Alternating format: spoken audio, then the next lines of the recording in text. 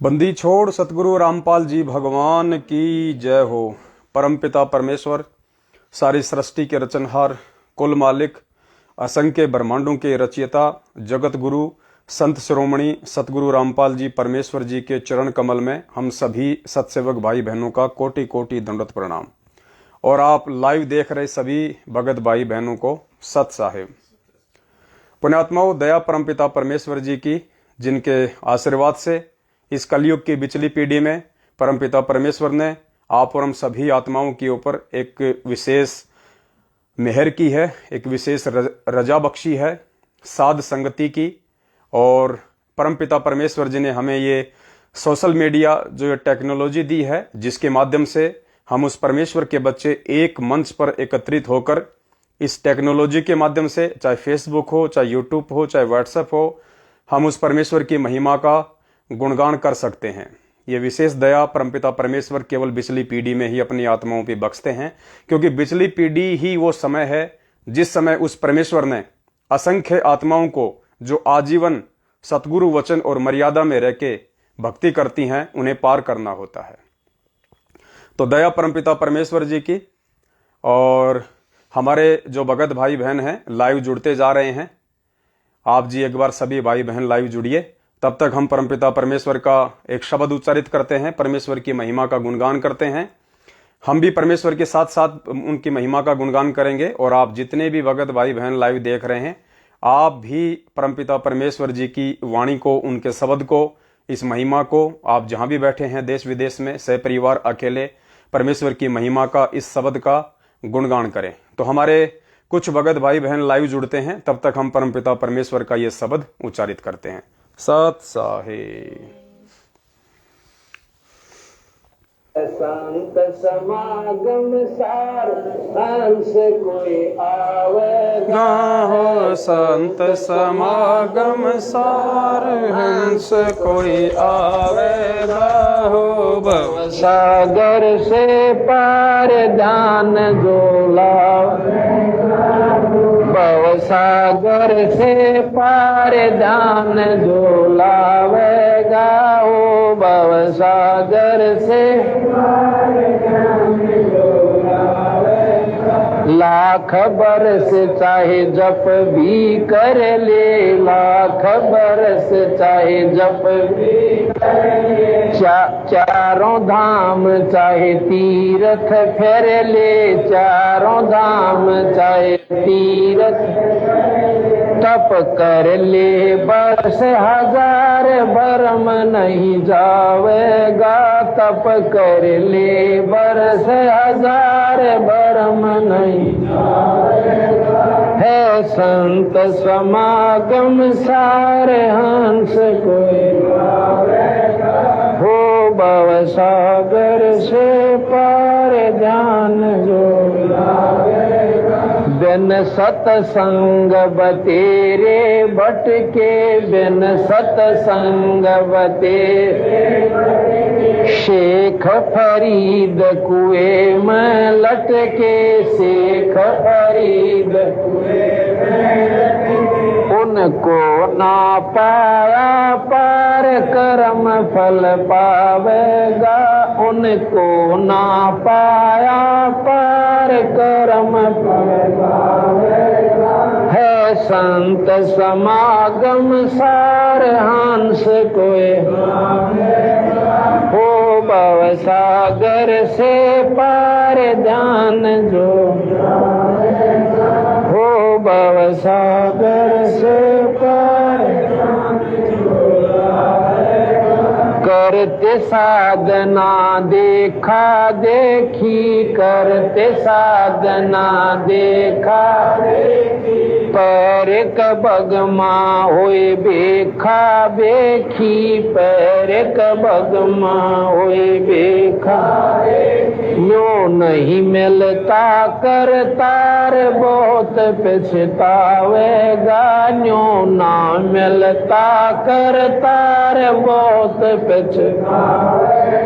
है संत समागम सार हंस कोई आवेगा हो। भव सागर से पार ध्यान जो लावेगा।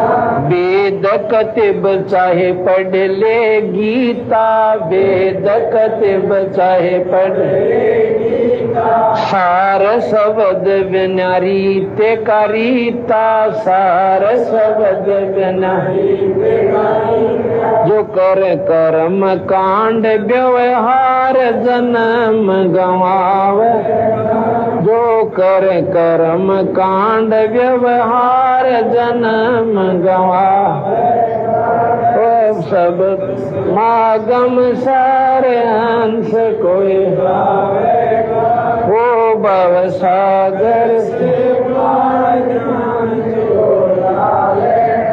वो भव सागर से बड़ भागी आवे सत्संग में, बड़ भागी आवे सत्संग में, ज्ञान सुने फिर भरे उमंग में, ज्ञान सुने फिर भरे, जब ओजा सोद विचार नाम वो चावेगा, जब ओजा सोद विचार नाम वो चावेगा, है संत समागम हो भव सागर से पार जान दो,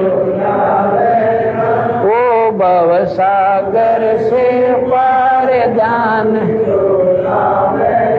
भाग्यवान घर सत्संग होवे, भाग्यवान घर सत्संग होवे, भरम दाग सत्संग से धोवे, भरम दाग सत्संग से धोवे, सत्संग मोक्ष की धार नावणिया नावेगा, सत्संग मोक्ष की धार है, संत समागम हो भव सागर से पार, हो भव सागर से पार,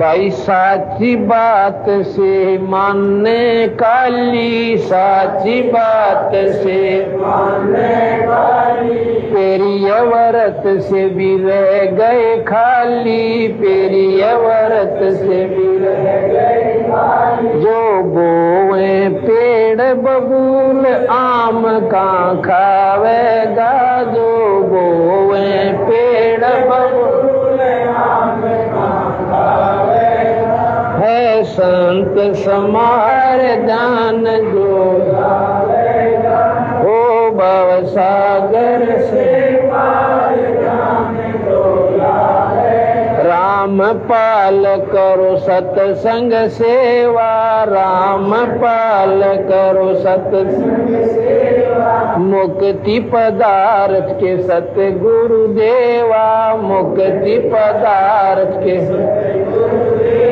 ये झूठा संसार काल उड़ जावे, ये झूठा संसार काल उड़ जावे, हो संत समागम आवेगा, हो सब सागर से हो भव सागर से हो भव सागर से पार जान जो लावेगा, साथ सारे बंदी छोड़ सतगुरु रामपाल जी भगवान की जय हो। सत साहिब सत्साहिब पुण्यात्माओं, दया परमपिता परमेश्वर जी की, जिनके आशीर्वाद से आप और हम सभी भाई बहन साथ संगति विद फैमिली के माध्यम से एक दूसरे भगत भाई बहनों के सामने रूबरू हैं। विशेष दया है परमपिता परमेश्वर जी की, कलयुग की बिचली पीढ़ी में हम सभी उनके बच्चों को एकत्रित करने का, एक मंच पे लाइव साध संगति के लिए इकट्ठा करने का, ताकि आज परमपिता परमेश्वर जी की शारीरिक रूप से गैर मौजूदगी में हम उनके सभी बच्चों का भाव, उनका समर्पण उनके प्रति यथावत बना रहे। तो दया परमात्मा की उम्मीद करता हूँ आप भी अपने परिवार के साथ या फिर अकेले जहाँ भी आप अपना व्यवसाय करते हैं लाइव साध संगति देख रहे होंगे। और जैसा कि आज दिन में सतगुरुदेव जी के आशीर्वाद से दास ने एक छोटा सा मैसेज संगत में वायरल किया था कि पुण्यात्माओं, धरती पे वर्तमान की बिचली पीढ़ी में यदि कोई पूर्ण परमात्मा है, पूर्ण परमेश्वर है, असली मसीहा है, असली अल्लाह है, असली राम है, तो सिर्फ और सिर्फ परमपिता परमेश्वर सतगुरु रामपाल जी भगवान है।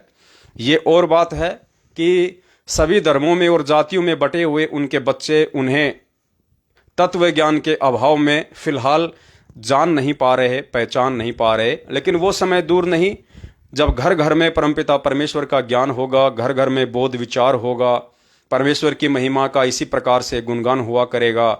हम सभी भटकी हुई आत्माएं, चाहे किसी भी मजहब में, धर्म में, जाति में, समुदाय में बटी हुई हैं, आने वाले समय में परमपिता परमेश्वर अपनी समर्थता के आधार से अपने बच्चों को अपनी पहचान करवा ही देंगे। लेकिन उनके जिन जिन बच्चों को उनकी पहचान हो चुकी है कि धरती पर 8 सितंबर 1951 से पूर्ण परमेश्वर जो कि तीनों लोकों में प्रवेश करके सबका धारण पोषण करता है, अनंत कोटि कलाओं का प्रभु है, जगत गुरु है, परम पिता है, और आज आप और हम सभी आत्माएं उनकी शरण में हैं। तो ये आप और हमारे ऊपर एक विशेष मेहर है, परमेश्वर की रजा है, जिन्होंने इस अरबों खरबों की जनसंख्या में से अपने बच्चों को अपनी पहचान करवाई। तो पुण्यात्माओं, हमारा भी ये फर्ज बनता है कि हम उस परमेश्वर की महिमा का जी तोड़ बखान करें, उस परमेश्वर की महिमा का हम गुणगान करें। तो वैसे तो बहुत सारे सबूत परमपिता परमेश्वर जी के आशीर्वाद से उनके परमेश्वर होने के विषय में, और सबसे बड़ा जो कंसेप्ट है, ज़्यादातर हमारे जो भगत भाई बहन हैं वो भी उलझे हुए हैं। 1951 और 1997 ये 2 सन ऐसी हैं जिनके बीच में 90% भगत समाज सतसेवकों को छोड़कर सतलोक आश्रम मैनेजमेंट हरियाणा वालों के पीछे हमारे जितने भी भगत भाई बहन उलझे हुए हैं, फंसे हुए हैं, जो अभी तक इस कंसेप्ट को क्लियर नहीं कर पा रहे हैं कि वो परमपिता परमेश्वर, क्योंकि देखिए पूरा भगत समाज कहता तो गुरुदेव को भगवान है। रोज आप संध्या आरती करते हैं, मेरे गुरुदेव भगवान दियो काट काल की फांसी, लेकिन ये कंसेप्ट क्लियर नहीं कर पा रहे हैं बिना साध संगति के कि वो परमपिता परमेश्वर जिसे हम कबीर जी कहते हैं, सारी सृष्टि का रचनहार कहते हैं, भगवान कहते हैं, तत्वदर्शी संत कहते हैं, वो परमात्मा 1951 में प्रकट हुए हैं या फिर 1997 में प्रकट हुए हैं। तो हम सत्सेवकों का तो सारा भ्रम परमेश्वर ने सत्संगों के आधार से ही निवारण कर दिया है। हमें तो किसी प्रकार की कोई संशय अपने परमपिता परमेश्वर के 8 सितंबर 1951 के दिन गांव धनाना, जिला सोनीपत, हरियाणा में प्रकट होने को लेकर नहीं है। बहुत सारे सबूत संगत में वायरल किए जा चुके हैं और हमें पूर्ण विश्वास हो चुका है कि धरती पे यही एकमात्र पूर्ण परमात्मा है। और लेकिन हमारे जो अन्य भगत भाई बहन हैं उनको थोड़ा डाउट बना हुआ है। तो आज कुछ ऐसे ही 2 सबूत परमपिता परमेश्वर ने दिए हैं, अपने बच्चों पे उन्होंने मेहर की है, उनके सत्संगों से हम ये निकाल पाए हैं, उन्हीं के आशीर्वाद से। तो आज 2 जो सबूत हैं वो आप सभी भगत भाई बहनों के बीच में रखे जाएंगे। और 2 ऐसे सबूत हैं जिनका कोई तोड़ नहीं है, उसके विषय में कोई भी व्यक्ति जो संत रामपाल जी भगवान से जुड़ा हुआ है वो भ्रांति पैदा नहीं कर सकता है, उन सबूतों को वो जुठला नहीं सकता है। क्योंकि देखिए, इस बात का परमपिता परमेश्वर सतगुरु रामपाल जी भगवान को भी पहले से ही मालूम था, क्योंकि वे अंतर्यामी हैं। उन्हें पहले से ही पता था कि मेरी ही संगत में आगे चल के मुझे परमेश्वर होने को लेके जो वाद विवाद खड़ा करेंगे, क्योंकि वाद विवाद, ये तर्क वितर्क, ये होना बहुत ही आवश्यक है। गुरुदेव ने बताया यदि तर्क वितर्क नहीं होगा, वाद विवाद नहीं होगा, तो आप 7 जन्म भी भगत नहीं बन सकते। तो वाद विवाद होना बहुत आवश्यक है, तर्क वितर्क होना बहुत आवश्यक है। उससे परमपिता परमेश्वर जी ने बताया कि बच्चों, आपका ज्ञान निखरेगा। और पुण्यात्माओं, ये जो साध संगति है ये उसी तर्क वितर्क के ऊपर आधारित है, और इसी तर्क वितर्क के आधार से जब से ये सात संगति शुरू हुई है, हम सभी सत्सेवकों ने परमपिता परमेश्वर जी के आशीर्वाद से उनके सत्संगों का निचोड़ निकालते हुए हमने भगवान को पहचान लिया है। तो आपको भी ये सुनाते हैं छोटा सा। ये सत्संग है गुरुदेव भगवान का, जो कि तर्क वितर्क को लेके है, क्योंकि बहुत सारे भाई जो अनजान हैं अभी तत्व ज्ञान से और गुरुदेव के भगत भी हैं। जब कोई ज्ञान आधारित बात हमारा सत्सेवक भाई बहन करता है तो वो कह देते हैं कि आप तो ज्ञानी हो गए, ये तर्क वितर्क का विषय नहीं है। हमें गुरुजी ने ज्ञान दे दिया, वही हमारे लिए काफी है। अरे भाई, ज्ञान तो वही काफी है, परमेश्वर ने सबको दे दिया, आवश्यकता से ज्यादा है, लेकिन उसको पहचानना भी तो पड़ेगा ना। बगैर पहचान किए कैसे आप आगे बढ़ जाओगे? कोई भी आपको भ्रमित कर देगा। जैसे आए दिन भगत टूटते जा रहे हैं, कोई किसी पंथ में भग रहा है, कोई अपने घर बैठ के साधना कर रहा है। क्यों? क्योंकि उनको दृढ़ विश्वास नहीं हो पाया। गुरुदेव कहते ना कि जरने ऊपर होते हैं संपूर्ण सकल काज।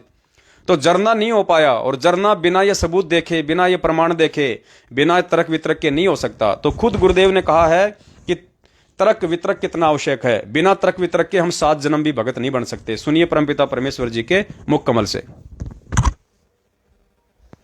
उस परमेश्वर ने 600 वर्ष पहले वो लीलाएं की थी जो भगवान किया करता है, और उसी का प्रमाण पवित्र चारों वेद, पवित्र गीता जी और सभी सदग्रंथ बताते हैं कि वो परमात्मा अपने निज लोक से चलकर आता है, अपनी विशेष खास आत्माओं को, वरिष्ठ आत्माओं को आकर मिलता है, उनको अपने तत्व ज्ञान से परिचित कराता है। क्योंकि पिछले संस्कारी जो हंस होते हैं, वो चाहे शिक्षित हैं चाहे अशिक्षित हैं, वो भगवान के मार्ग में घनी आनाकानी नहीं करते, वो चतुर नहीं होते, वो सादे होते हैं। तो उन सादे लोगों का, सादे भक्तों का नाजायज फायदा उठा लिया नकली गुरुओं ने। क्योंकि सभी ये कहता है भक्त, श्रद्धालु भक्त वृंद, कि भाई भगवान के का जो मार्ग है, भगवान के ज्ञान में तर्क वितर्क नहीं होना चाहिए, तर्क वितर्क का विषय नहीं है। जबकि कबीर जी ये कहते हैं कि भगवान का मार्ग तर्क वितर्क का विषय है। जब तक आप तर्क वितर्क नहीं करोगे, आप भगत 7 जन्म नहीं बन सकते। क्योंकि अज्ञान से परिपूर्ण हो चुके हो आप, और तर्क वितर्क से वो ज्ञान निखरेगा, सच्चाई सामने आएगी। तो हम जितना भी ज्ञान आज तक स्वीकार किए हुए थे, सुने हुए थे, वो सारा ही विपरीत था। तो जिस कारण से हम अपने लोक नहीं जा सके जहां हम सदा सुखी रहते। तो पुण्यात्मा, आप जी ने सुना परमपिता परमेश्वर सदगुरु रामपाल जी भगवान के मुख कमल से कि इस मार्ग में सच्चाई को ऊपर लाने के लिए और अपने मन में, अपने दिलो दिमाग में, इस आत्मा में ये दृढ़ निश्चय पैदा करने के लिए कि जो वर्तमान गुरु होता है वो ही परमात्मा होता है। इस बात को अपने हृदय में जचाने के लिए, समाने के लिए ये तर्क वितर्क कितना आवश्यक है। बिना तर्क वितर्क के पूज्य गुरुदेव जी कह रहे हैं कि आप 7 जन्म भी भगत नहीं बन सकते हैं। 7 जन्म भी आप भगत नहीं बन सकते हैं बिना तर्क वितर्क के। तो तर्क वितर्क कितना आवश्यक है पुण्यात्माओं, आज इसी के ऊपर हमारी लाइव शायद संगति चलेगी। और आप सभी भगत भाई बहन जो बैठे हुए हैं, लाइव हैं, जो कि देश विदेश से इस प्रोग्राम को देख रहे हैं, मैं आऊंगा स्वयं, और फिर सभी पंथों को।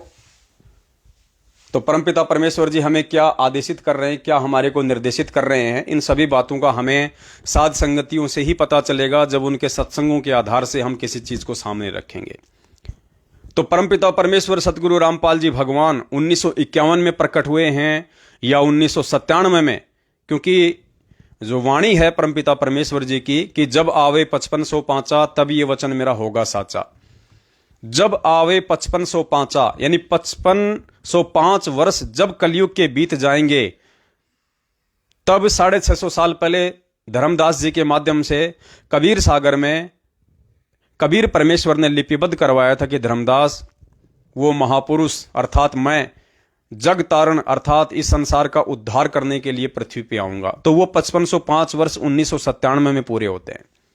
तो बहुत सारे भगत भाई बहन ये सोचते हैं कि भाई 1997 में संत रामपाल जी महाराज जी की आत्मा को तो उस कबीर परमात्मा ने सतलोक भेज दिया था, और 1997 के बाद खुद वो कबीर परमात्मा संत रामपाल जी महाराज जी के चोले में धरती पे प्रकट है, जबकि पुण्यात्माओं ये सत्य नहीं है। परमेश्वर अपने आप को छुपाते हैं इस प्रकार की लीलाएं करके, क्योंकि 1997 का मतलब है उस परमात्मा के प्रकट होने का। तो परमात्मा कोई ऊपर से आके प्रकट नहीं होंगे। परमात्मा इस कलयुग की पिछली पीढ़ी में जिन्होंने स्वयं साइंस दी है, टेक्नोलॉजी दी है, शिक्षा दी है, परमेश्वर ऐसा कोई चमत्कार नहीं करेंगे जिससे कि लोग उन्हें जादूगर कहने लग जाएं, लोग उन्हें भगलीगर कहने लग जाएं और अपनी मनमुखी सोच से उन्हें रिजेक्ट कर दें। तो इसलिए परमेश्वर उस लीला को करने के लिए पहले ही आते हैं। तो 1997 से पहले ही 8 सितंबर 1951 के दिन परमात्मा आ चुके हैं और परमेश्वर अपने आप को छुपा रहे हैं। सुनिए परमपिता परमेश्वर जी का यह सत्संग, जिससे आपका एक कंसेप्ट क्लियर होगा कि परमात्मा किस प्रकार अपने आप को छुपाते हैं। जैसा कि 650 साल पहले उस परमात्मा ने धर्मदास के आगे अपने को छुपाया, 250-300 वर्ष पहले आदरणीय गरीबदास जी महाराज जी ने अपने आप को छुपाया। सुनिए परमपिता परमेश्वर जी के मुख कमल से और विचार करना पुण्यात्माओं, फिर आज वो परमात्मा अपने आप को कैसे नहीं छुपाएगा, क्योंकि परमेश्वर ने आके हमें अनमोल तत्व ज्ञान दे दिया। तो आज वो परमात्मा इस ज्ञान आधार से, तत्व ज्ञान आधार से, उनके अनमोल सत्संगों के आधार से अपनी पहचान करवाएगा कि धरती पे पूर्ण परमात्मा कब से प्रकट है। कबीर साहब बता रहे हैं कि धर्मदास भाई फिर सतपुरुष ने मेरे को कहा, ये तो खुद बंदी छोड़ इब्नो कह दे मैं था सतपुरुष, तो धर्मदास कति नहीं माने। गरीबदास कह दिंदा मैं भगवान सो नो पागल का कहने लग गया उसने, बौड़ी बूझ बौड़िया बंदी छोड़ दे।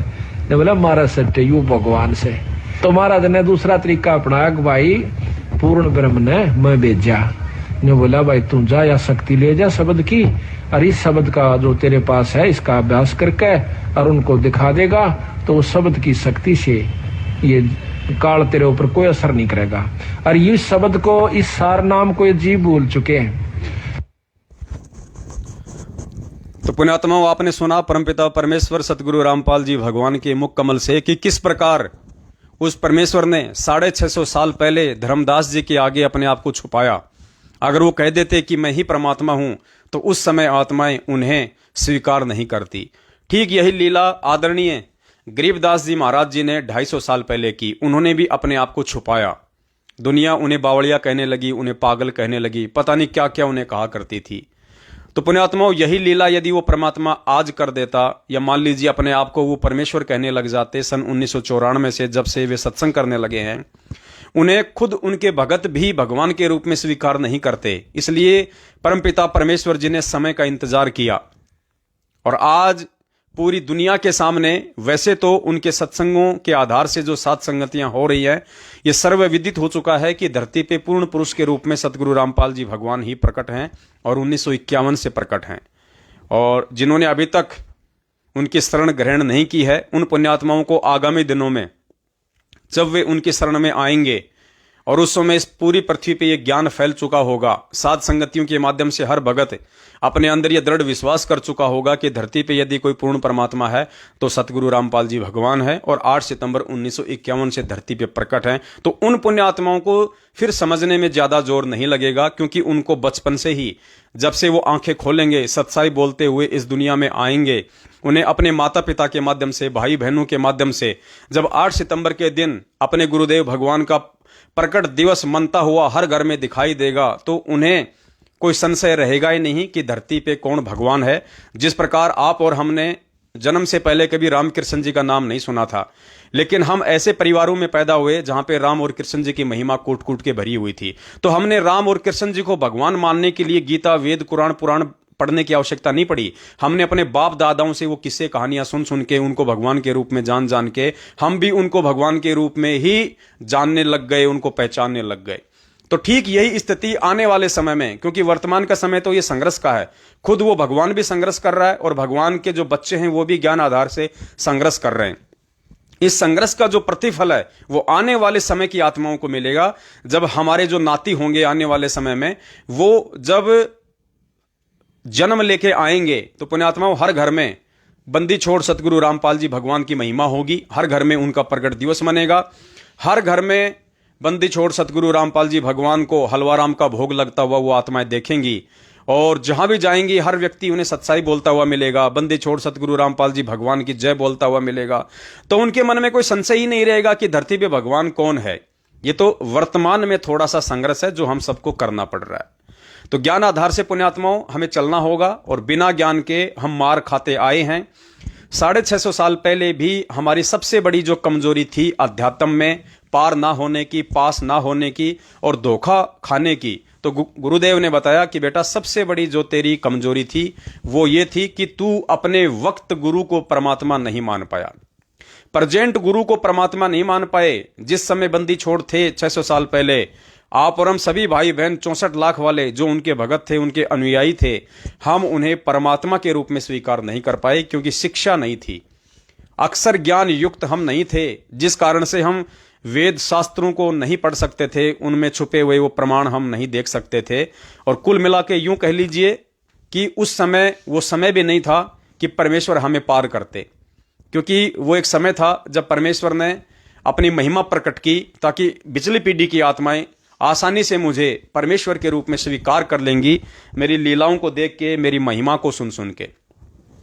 तो पुण्यात्माओं 8 सितंबर 1951 से स्वयं वो कबीर परमात्मा धरती पे प्रकट है, और खुद ही जब से उस परमेश्वर ने 12वें पंथ में प्रवेश किया 17 फरवरी 1988 को स्वामी रामदेवानंद जी महाराज जो कि हमारे दादा गुरुदेव हैं, उनको अपना मुंह बोला गुरु बनाते हुए, जैसे 650 साल पहले कबीर जी ने रामानंद जी को अपना मुंह बोला गुरु बनाया लीलामय तरीके से, उस समय किसी को नहीं पता था, आज हमें पता चल रहा है इन बातों का। वो भी पूज्य गुरुदेव जी ने अपने सत्संगों में इस बात का खुलासा किया, तब कहीं जाके आप और हमें ये ज्ञान आधार से प्रतीत हो रहा है कि वास्तव में उस समय चेला कौन था और गुरु कौन थे।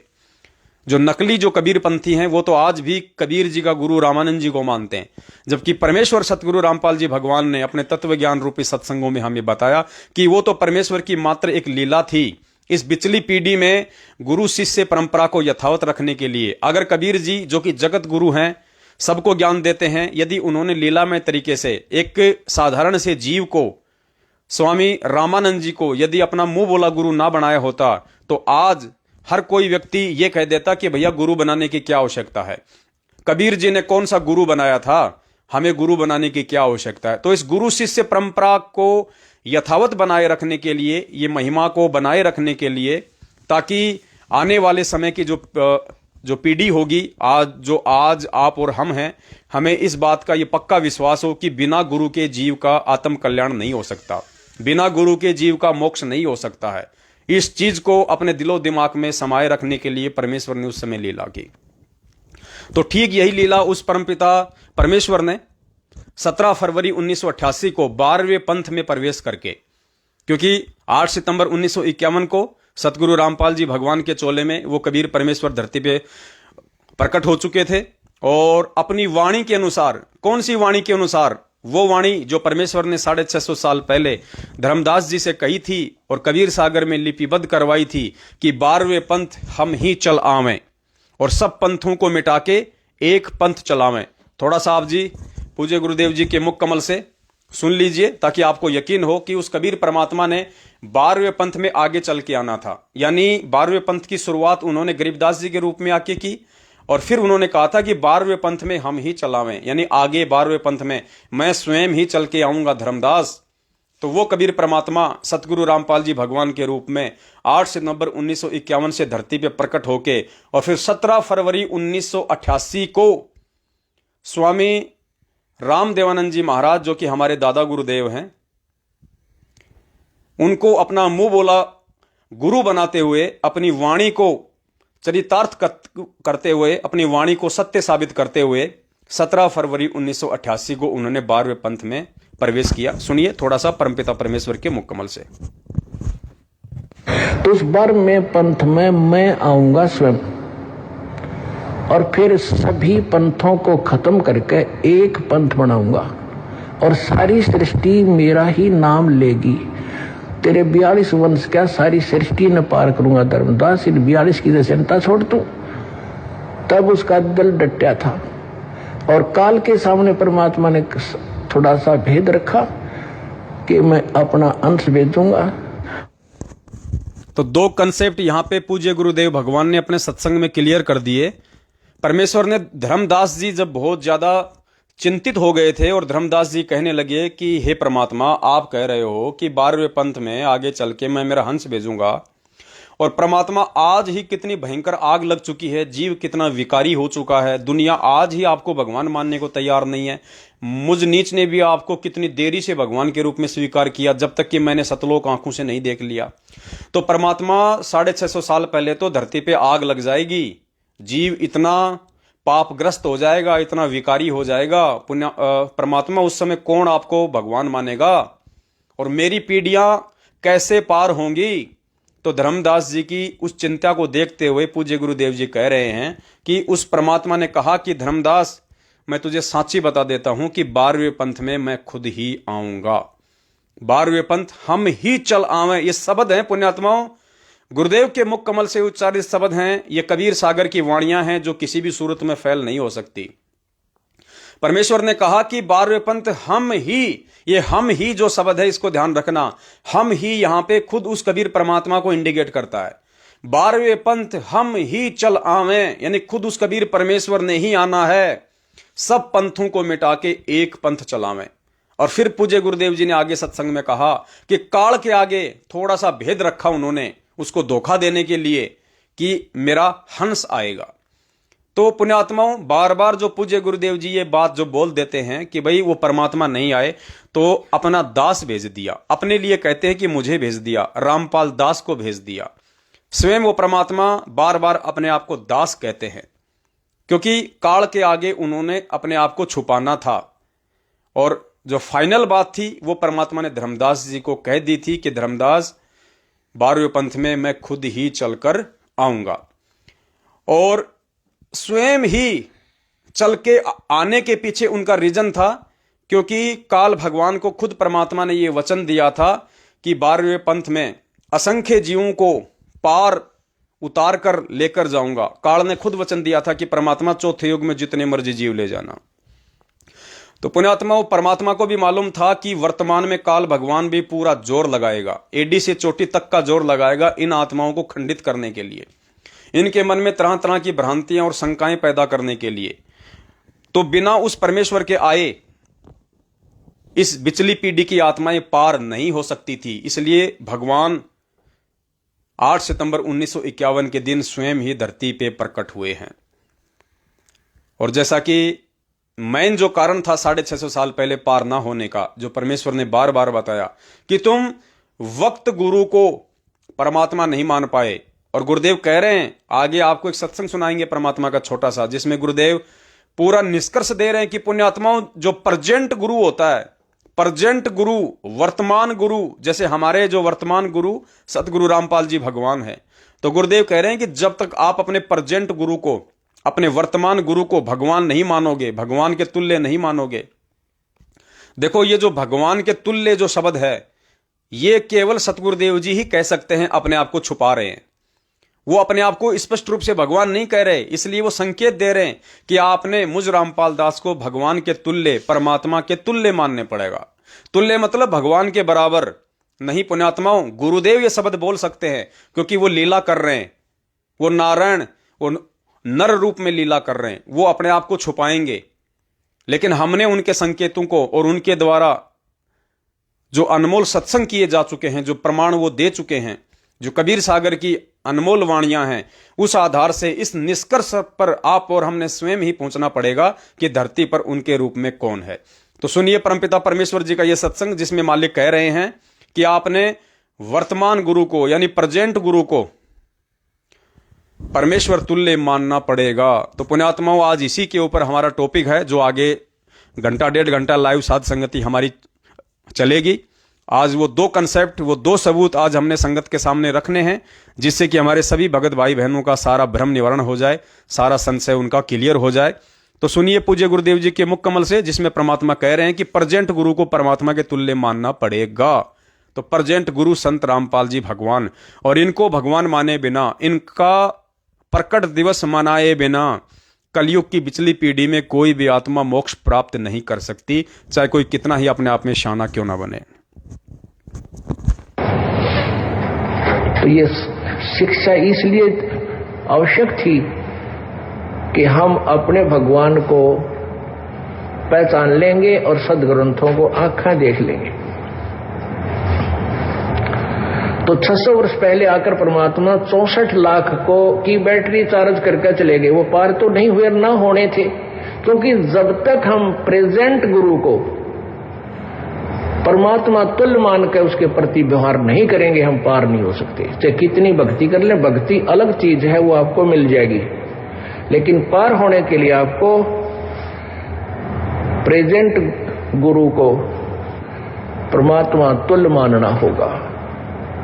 तो हम उस समय कबीर जी को भगवान नहीं मान सकते थे, चाहे हमारे कितने सुख हो गए थे, क्योंकि उन भ्रमित करने वाले अज्ञानी गुरुओं ने, ब्राह्मणों ने, ऋषि महर्षि नकलियों ने परमात्मा की सिद्धांत उलट बता रखा था और वेदों की आड़ में बता रखा था, पुराणों के समर्थन देकर बता रखा था। और वो संस्कृत के ज्ञाता थे, सब ग्रंथ संस्कृत में लिपिबद्ध थे। कबीर परमेश्वर जी को वो कहते थे वो तो अशिक्षित है, उसने इसको वेदों का ज्ञान, पुराणों का और गीता का ज्ञान नहीं हो सकता। तो इसलिए हम उस समय के जो साधक थे ये बात सच्ची मान लिया करते कि कबीर जी अनपढ़ हैं, ये वेद व्यास तो जानते नहीं, पर हमारा काम खूब चल रहा है, इनकी आशीर्वाद हमें लाभ जरूर हो रहा है। हम इतने थे, और वो दयालु महिमा के भूखे नहीं है। वो तुम की तो महिमा ओत प्रोत है और फलो है, उसने को मानना चाहिए मत मानो, वो तो समर्थ है। उनकी महिमा कोई गाओ चाहे मत गाओ, वो तो स्वयं ही समर्थ है।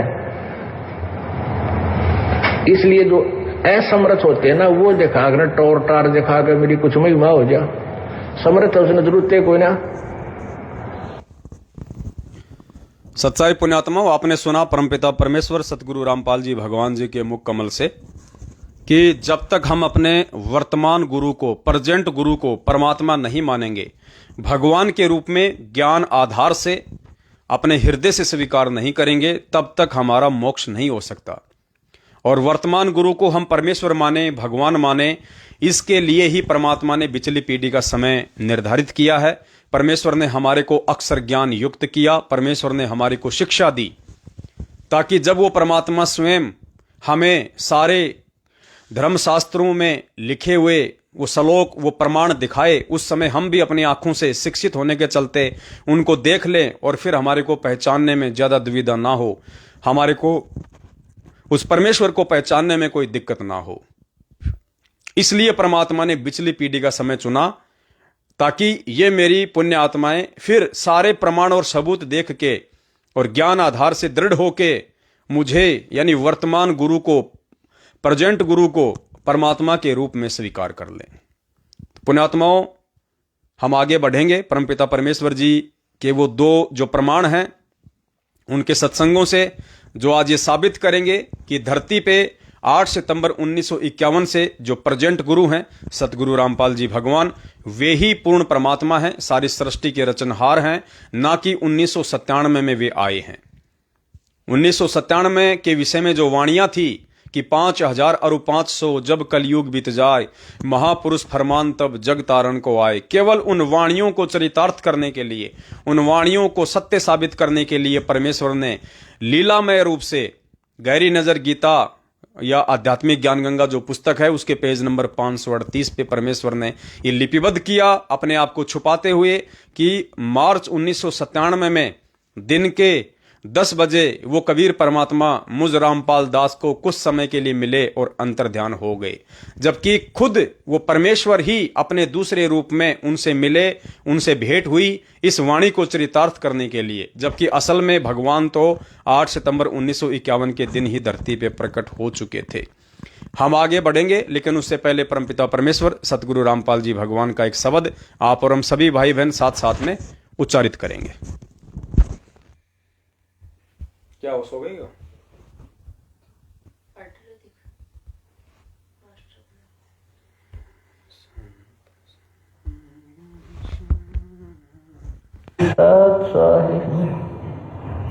हम विनती करते जी गुरु जी तेरे आग साहिब तेरे आगे, हम विनती करते जी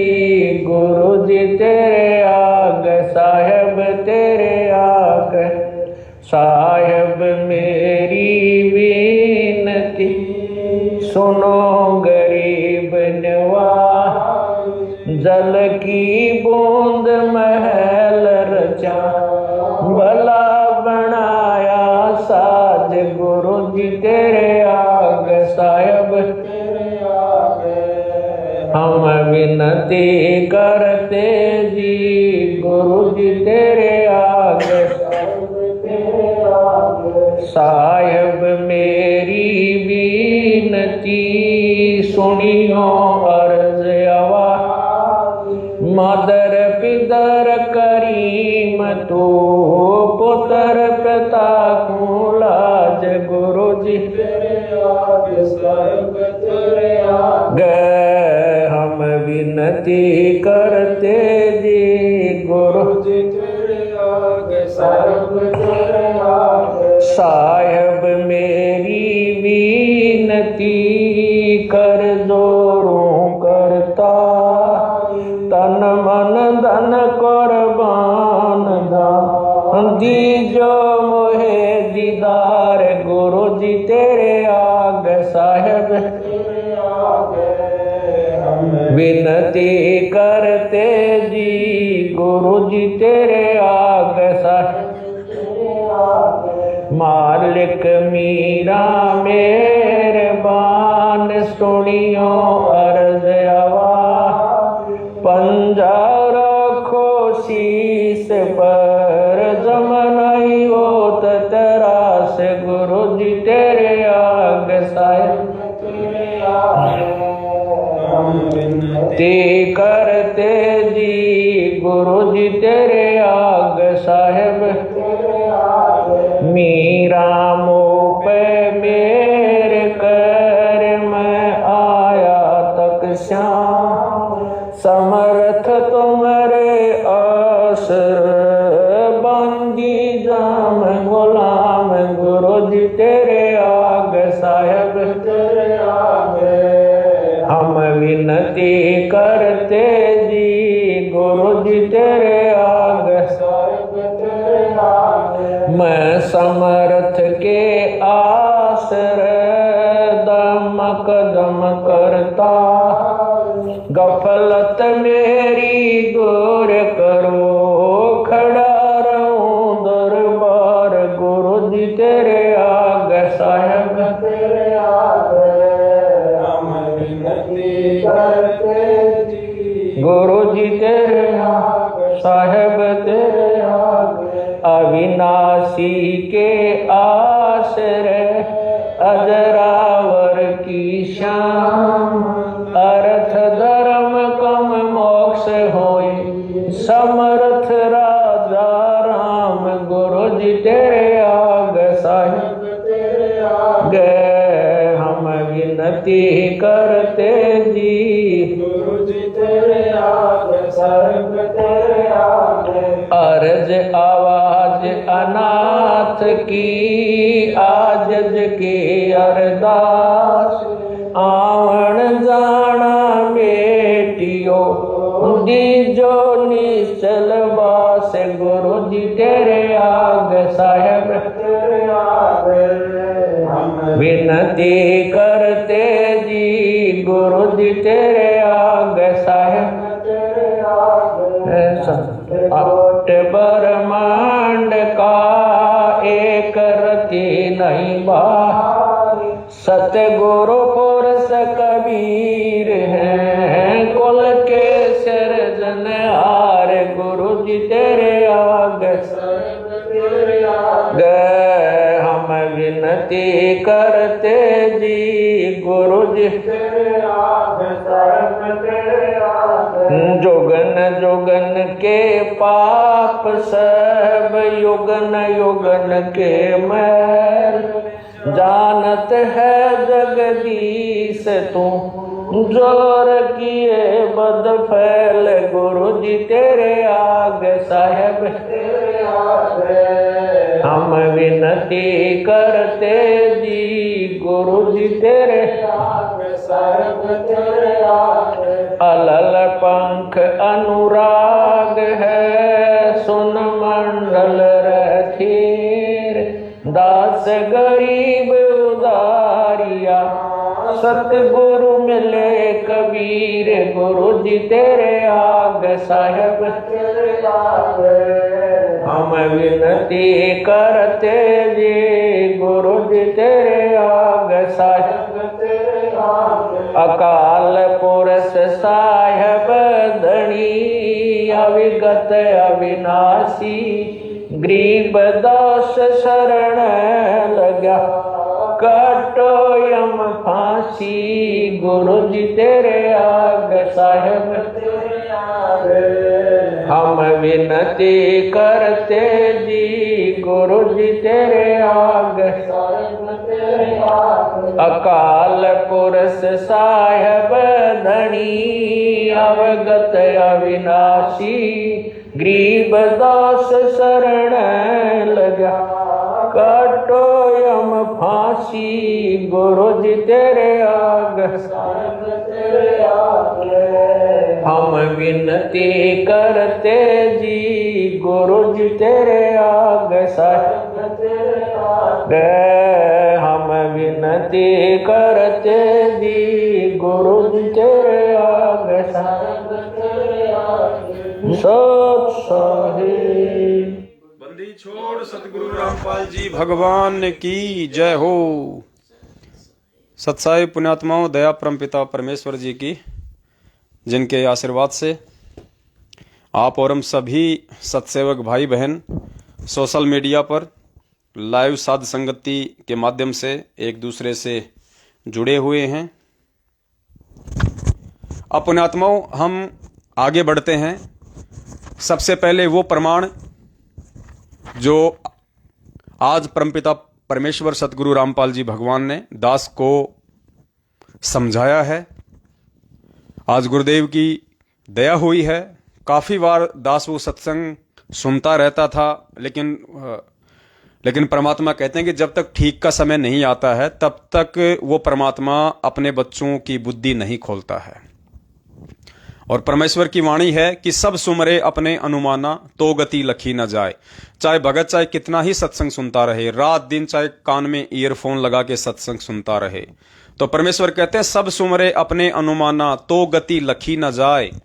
और कहे कबीर कृपया कर जन पर, ज्यों की त्यों समझाए। जब उस कबीर परमेश्वर की, सतगुरु रामपाल जी भगवान की दया होगी, मेहर होगी, तभी हम उन चीज़ों को समझ सकते हैं, उनके सत्संगों में छुपे हुए उन गूढ़ रहस्यों को, उस सार को हम समझ सकते हैं। तो सबसे पहला जो गूढ़ रहस्य है, जो सार है, वो ये 1 मिनट का गुरुदेव का ये सत्संग है, जो ये साबित कर देगा कि वो पूर्ण परमात्मा, सारी सृष्टि का रचनहार कबीर परमेश्वर इस पृथ्वी पे 8 सितंबर 1951 के दिन एक अतिथि रूप में प्रकट हो चुका था, ना कि 1997 में आए थे। परमेश्वर ने अपने प्रकट होने की स्थिति बताई कि वो परमात्मा अतिथि रूप में भी प्रकट होता है। जब चाहे जहां वो प्रकट हो जाता है, अपने तत्व ज्ञान का प्रचार करता है, अपनी महिमा का बखान करता है और अपनी प्यारी आत्माओं को अपना ज्ञान पहुंचाता है अतिथि रूप में। और फिर पूज्य गुरुदेव भगवान ने बताया कि अतिथि वो होता है जिसके आने की तिथि यानी समय पूर्व निर्धारित ना हो, उसे कहते हैं अतिथि। एक बार फिर से सुन लीजिए, अतिथि शब्द को पूज्य गुरुदेव जी सत्संग में आपको समझाएंगे अभी कि अतिथि किसे कहते हैं, जिस रूप में वो परमात्मा आता है। अतिथि का मतलब जिसके आने की तिथि पूर्व निर्धारित ना हो, किसी को भी ना पता हो, उसे कहते हैं अतिथि रूप। तो पुण्यात्माओं, दास पहले मौखिक बता देता है, फिर आपको अच्छे से समझ में आ जाएगा कि हाँ, धरती पे वो कबीर परमात्मा 1997 में नहीं बल्कि 8 सितंबर 1951 में अतिथि रूप में प्रकट हो चुके थे। तो अतिथि की आपने परिभाषा सुन ली। आपको थोड़े समय में जब दास आपको मौखिक बता देगा, उसके बाद में आप गुरुदेव के सत्संग से भी सुनेंगे कि अतिथि की परिभाषा क्या होती है। अतिथि यानी जिसके आने की तिथि पूर्व निर्धारित ना हो, जो अचानक से आ जाए, बिना बताए आ जाए, किसी को भी मालूम ना हो, उसे कहते हैं अतिथि। तो पुण्यात्माओं 1997 में वो परमात्मा आएगा, ये तिथि तो पहले से निर्धारित थी। 650 साल पहले ही उस कबीर परमेश्वर ने धर्मदास जी के माध्यम से 1997 में जब कलयुग के 5505 वर्ष बीतने थे, परमात्मा ने पहले ही वो तिथि निर्धारित कर दी थी कि जब आवे 5505 तब ये वचन मेरा होगा साचा। महापुरुष फरमान तब जग तारन को आए, 5000 और 500 जब कलयुग बीत जाए। तो 1997 में वो परमेश्वर नहीं आया, वो परमात्मा 8 सितंबर 1951 के दिन ही अतिथि रूप में प्रकट हो चुके हैं अतिथि, क्योंकि 1997 वाली जो तिथि है वो पूर्व निर्धारित थी, सबको पता था। कबीर सागर में 650 साल पहले ही लिपिबद्ध करवा दिया था परमेश्वर ने कि मैं 1997 में जब कलयुग के 5505 वर्ष बीत जाएंगे तो मैं आऊंगा, और वाणियों के रूप में भी परमात्मा ने लिखा दिया था कि जब आवे 5505 तब ये वचन मेरा होगा साचा, कि मेरा 13वां जो पंथ है 1997 में चलेगा। ये तो पूर्व निर्धारित हुआ, लेकिन 8 सितंबर 1951 के दिन वो परमात्मा आएगा, ये तिथि पूर्व निर्धारित नहीं थी। तो 8 सितंबर 1951 के दिन वो परमात्मा संत रामपाल जी भगवान के रूप में जिस भूमिका में आए हैं, जिस रोल में आए हैं, वो है अतिथि वाली भूमिका। अतिथि जिसके आने की तिथि पूर्व निर्धारित ना हो। 8 सितंबर 1951 का जिक्र कि वो परमात्मा संत रामपाल जी भगवान के रूप में आएंगे, उस तिथि का कहीं कोई जिक्र नहीं है।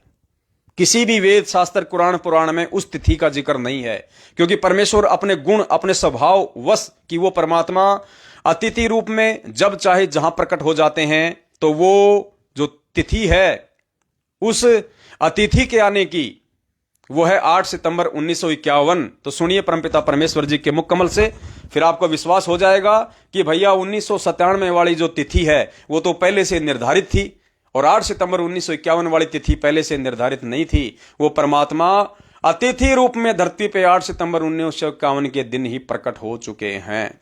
सुनिए गुरुदेव के मुख कमल से, फिर आपको यकीन होगा कि हां, आज हमारे पूज्य गुरुदेव सतगुरु रामपाल जी भगवान अतिथि वाली भूमिका में धरती पे प्रकट हैं।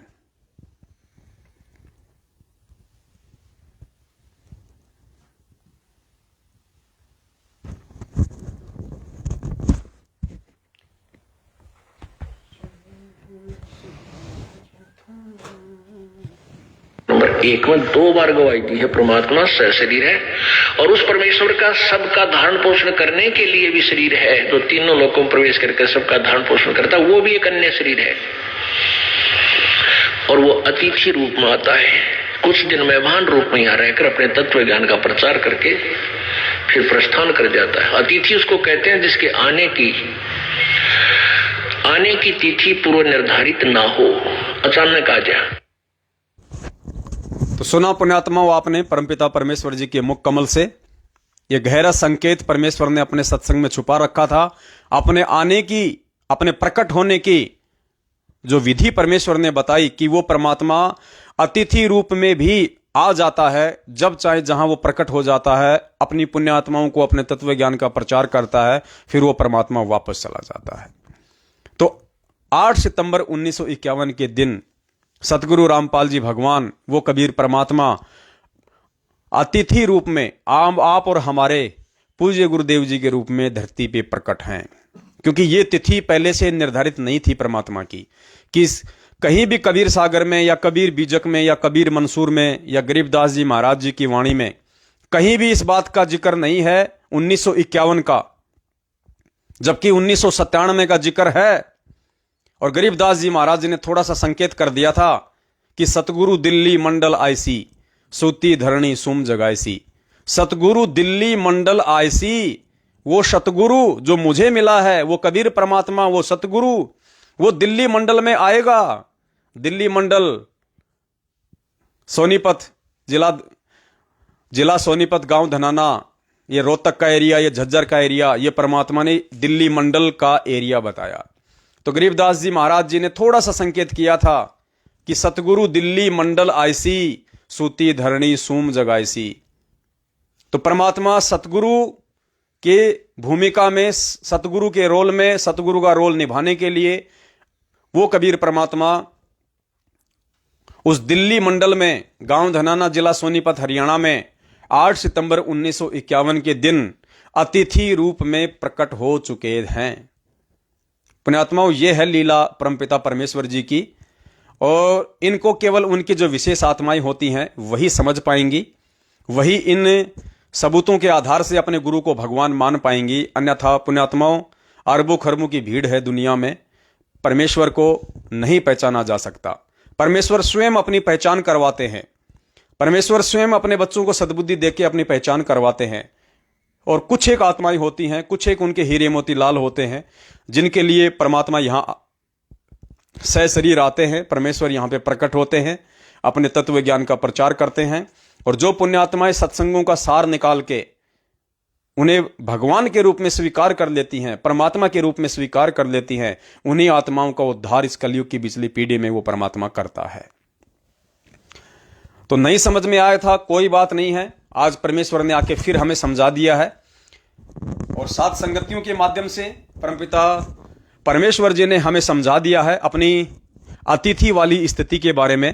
तो पुण्यात्माओं, अब हमारे को समझने में ज्यादा देर नहीं लगनी चाहिए, अपने गुरुदेव को भगवान मानने में ज्यादा देर नहीं लगानी चाहिए। एक बार फिर से सुन लीजिए परमपिता परमेश्वर जी के मुकम्मल से। एक में 2 बार गवाही दी है, परमात्मा सशरीर है और उस परमेश्वर का सबका धारण पोषण करने के लिए भी शरीर है, जो तीनों लोकों में प्रवेश करके सबका धारण पोषण करता है, वो भी एक अन्य शरीर है। और वो अतिथि रूप में आता है, कुछ दिन मेहमान रूप में यहाँ रहकर अपने तत्व ज्ञान का प्रचार करके फिर प्रस्थान कर जाता है। अतिथि उसको कहते हैं जिसके आने की तिथि पूर्व निर्धारित ना हो, अचानक आ जाए।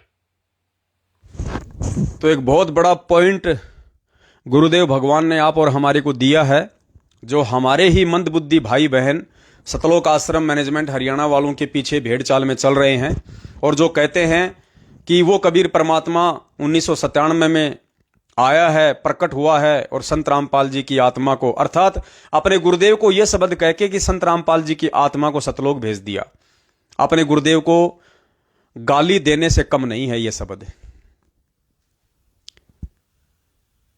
तो उनको भी इस बात को स्वीकार करना पड़ेगा कि 1997 की जो तिथि है वो तो पूर्व निर्धारित थी।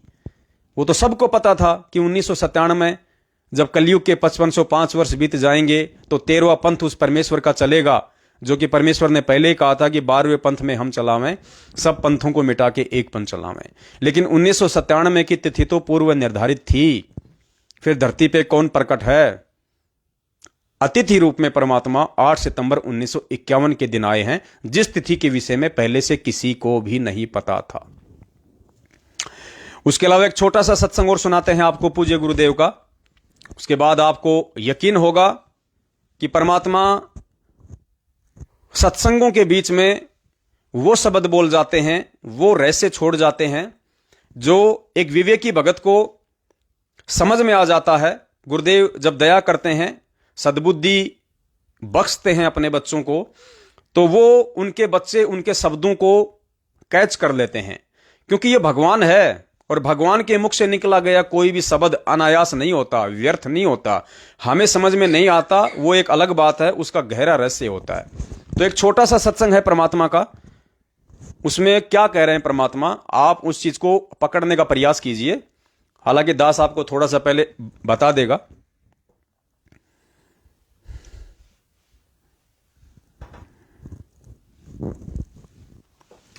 परमेश्वर ने 650 साल पहले की कुछ लीलाओं का जिक्र किया है हल्का सा, जैसे कमाल को जीवित करना, कमाली को जीवित करना। और फिर गुरुदेव कह रहे हैं लास्ट में कि वो परमेश्वर की महिमा हमने सुनी भी है और आंखों देखी भी है। ये आंखों देखी वाली बात को ध्यान रखना, जो इस 1.5 मिनट के सत्संग के एंड में गुरुदेव बोल रहे हैं। क्या कह रहे हैं कि वो लीलाएं जो परमेश्वर ने 650 साल पहले की, गुरुदेव कह रहे हैं, संत रामपाल जी भगवान आज कह रहे हैं कि वो लीला हमने सुनी भी है और आंखों देखी भी है। तो पुण्यात्माओं, सुनना तो हो सकता है, क्योंकि आज हम भी सुन रहे हैं वो लीलाएं, लेकिन आज आप और हमने देखी नहीं है। 650 साल पहले की घटनाएं हमने नहीं देखी। आज वर्तमान में कोई ये कहे कि वो लीला हमने सुनी भी है और देखी भी है, तो पुण्यात्माओं देखने वाला कौन हो सकता है? जो आज खुद कह रहा है कि हमने वो लीला सुनी भी है और देखी भी है, तो देखने वाला कौन हो सकता? जीव नहीं हो सकता। क्या आपको दिखाई दे रही हैं वो लीलाएं? क्या आप उनको देख सकते हैं आज? उसको तो वही देख सकता है जिसके पास में दिव्य दृष्टि हो। जैसे तुलसीदास जी को दिव्य दृष्टि दी थी काल भगवान ने, और गरीबदास जी महाराज जी जो कि खुद परमात्मा था लेकिन एक भगत का रोल कर रहे थे, और कह रहे हैं कि मुझे उस परमेश्वर ने दिव्य दृष्टि दी अनंत काल पीछे की और अनंत काल आगे तक की देखने की। तो कौन कह सकता है ये बात कि वो लीला हमने सुनी भी है और आंखों देखी भी है? तो अगर गुरुदेव ये बात कह रहे हैं कि हमने आंखों देखी भी है, तो पुण्यात्माओं संत रामपाल जी भगवान कौन है? ये पूर्ण परमात्मा है। ये आगे से लेके पीछे तक का, आदि से लेके अंत तक का, कि सतगुरु पूर्ण ब्रह्म है, सतगुरु आप अलेख, सतगुरु रमता राम है, या में मीन न मेख। पुण्यात्माओं, पहचानने में आसानी होगी। सुनिए परमपिता परमेश्वर जी के मुख कमल से। अब परमात्मा कबीर जी का भेद है वेदों में, वो क्या करता है? जैसा कि अभी गरीबदास साहिब जी ने अपने भगवान कबीर जी के बारे में बताया कि सतगुर जो चाहे सो करही, जो चाहे सो करही, 14 कोट दूत जम डरही, ऊट भूत जम त्रास निवारे, और चित्रगुप्त के इस काल धर्मराज के कागज पाड़े। अब जैसा आपने सुना कि कबीर परमेश्वर ने, एक कमाल नाम का लड़का मुर्दा था, दरिया में बहता हुआ जा रहा था। शेख तकी जो सिकंदर लोधी राजा दिल्ली के बादशाह का धार्मिक गुरु था, उसकी फड़क निकालने के लिए, उसका भ्रम निवारण करने के लिए परमेश्वर ने एक मुर्दा, जो कि परिवार के लोगों ने उसको मरने के उपरांत जल प्रवाह कर दिया था, और वो वहां से कम 150 किलोमीटर चल के दरिया में, अब ध्यान से सुनना आगे, उसको जीवित किया। धर्मराज के दरबार से छुड़वा लाए वो परमात्मा। ऐसे ही एक शेख तकी जो धार्मिक पीर था सिकंदर लोधी राजा का, उसने आखिर में ये शर्त रख दी कि मैं कबीर को अल्लाह जब मानूंगा, तब मानूंगा जब ये मेरी लड़की को जीवित कर दे जो कब्र में दबा रखी है।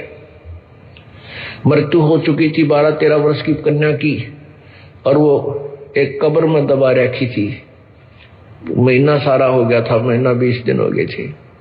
तब परमेश्वर ने कई हजार व्यक्तियों के सामने, राजा सिकंदर लोधी के सामने और पीर के सामने कब्र फड़वा के और कहा था, हे जीवात्मा जहां भी है, कबीर हुक्म से वापस आ, इस शरीर में प्रवेश कर बेटी बाहर आ। तुरंत ही वो लड़की जीवित होकर के परमात्मा के चरणों में दंडवत प्रणाम किया। बोलो सतगुरुदेव। तो ये तो परमात्मा की लीला प्रत्यक्ष, गुरुदेव सुनना, ये तो परमात्मा की लीला प्रत्यक्ष हमने सुनी और देखी है। अब वेद गवाही दे रहे हैं इसकी। एक बार फिर से सुनना परमपिता परमेश्वर जी के मुख कमल से। सतगुरु रामपाल जी भगवान कह रहे हैं कि ये कबीर परमेश्वर जी की लीला तो हमने सुनी है और आंखों देखी है। अगर आज गुरुदेव ये बात कह रहे हैं कि हमने आंखों देखी है, तो सांसारिक दृष्टि से तो गुरुदेव 8 सितंबर 1951 को प्रकट हुए हैं, जबकि ये तो 650 साल पहले की घटना है। तो आज आंखों से कौन देख सकता है? आज भी आंखों से वही देख सकता है जिसने स्वयं वो लीलाएं की थी, जिसने स्वयं कमाल और कमाली को जीवित किया था। सुनिए, तो ये तो परमात्मा की लीला प्रत्यक्ष हमने सुनी और देखी है। अब वेद गवाही दे रहे हैं इसकी। तो पुण्यात्माओं, सत्संगों में ही परमात्मा ने अपने परमेश्वर होने के विषय में सारे गूढ़ रहस्य छुपा रखे हैं। अब जरूरत है कि उनको समझने की, और सतगुरुदेव जी के सत्संगों के जो रहस्य हैं, जो सार है, पुण्यात्मा भी तब तक नहीं समझ में आ सकता चाहे कोई कितना ही कानों में लीड लगा के रात दिन सत्संग सुनता रहे, जब तक कि वो आत्मा अपने गुरु भगवान को परमात्मा के रूप में स्वीकार नहीं करती है, तब तक उसको ये सारी चीजें समझ में नहीं आ सकती हैं। इसीलिए परमपिता परमेश्वर ने दया की, हम सभी सत्सेवक भाई बहन साध संगति के माध्यम से अपने गुरुदेव को हृदय से परमेश्वर के रूप में स्वीकार करते हुए, और प्रतिवर्ष 8 सितंबर के दिन उनका प्रकट दिवस मनाते हुए, और घर घर में परमपिता परमेश्वर सतगुरु रामपाल जी भगवान को जैसी भी जिस भी भगत भाई बहन की आर्थिक स्थिति है उसकी श्रद्धा है, हलवा राम का, मिर्च रोटी का, साग सब्जी का, या प्रतिदिन जो आहार बनता है, हम महीने में एक बार, महीने में 2 बार या हर सप्ताह जो 40 मिनट की आरती है या 42 मिनट की आरती है, भोग की आरती, मोको कहाँ ढूंढे रे बंदे मैं तो तेरे पास में, हम परमेश्वर को उस आरती के साथ भोग लगाएं। भोग लगाने से ये सिद्ध होता है, ये प्रतीत होता है, परमात्मा ये सुनिश्चित कर लेता है कि जो आत्मा मुझे भगवान मान के और मुझे भोग लगा रही है, वो मुझे हृदय से भगवान के रूप में, परमात्मा के रूप में स्वीकार कर चुकी है। क्योंकि अभी तक हम केवल दाढ़ी मूंछ वाली फोटो को ही परमात्मा मान रहे थे। जो कबीर जी की दाढ़ी मूंछ वाली एक फोटो हमारे सामने रखी जाती थी, अब गुरुदेव ने तो इस दुनिया को, आप और हम सभी भक्तों से, ये नीचे के देवी देवताओं की साधना छुड़वाने के लिए, जो कि मोक्षदायक नहीं है, ये साधना छुड़वाने के लिए कि भाई ये पूर्ण परमात्मा नहीं है, ये पूर्ण पुरुष नहीं है। पूर्ण परमात्मा तो कबीर देव है, जिसका वेदों में, गीता में, हर जगह उस परमेश्वर ने जिक्र किया, और वेदों में उस परमात्मा की कूट कूट के महिमा लिखी हुई है। परमेश्वर ने उनका नाम तक हमें दिखाया। तो दाढ़ी मूंछ वाली फोटो को सामने रखना सतगुरु रामपाल जी भगवान के लिए जरूरी था, क्योंकि यदि वे ये बात कह रहे हैं कि ये देवी देवता, ब्रह्मा विष्णु महेश, ये दुर्गा काल महाकाल, ये पूर्ण परमात्मा नहीं है, पूर्ण परमात्मा तो कबीर जी हैं, तो फिर हम लोग ये सोचेंगे कि वो कबीर है कौन, वो कैसा है, कहां था, कब आया था। इसके लिए परमात्मा ने ये दाढ़ी मूंछ वाली फोटो का सहारा लिया कि भाई ये है वो कबीर, ऐसा है वो कबीर।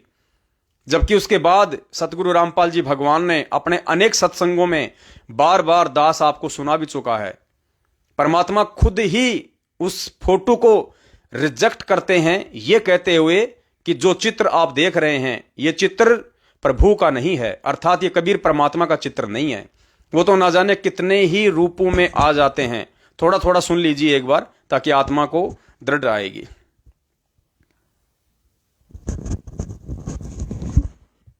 होंगे अपने आत्माओं, अब तो ये दास बैठा है, यदि यहाँ परमात्मा इसी मानव शरीर तो है ही उनका, क्योंकि बनारस में 120 वर्ष रहे, और अब भी वो आ जाते। जो हम चित्र देखते हैं प्रभु का, ऐसा चित्र नहीं है।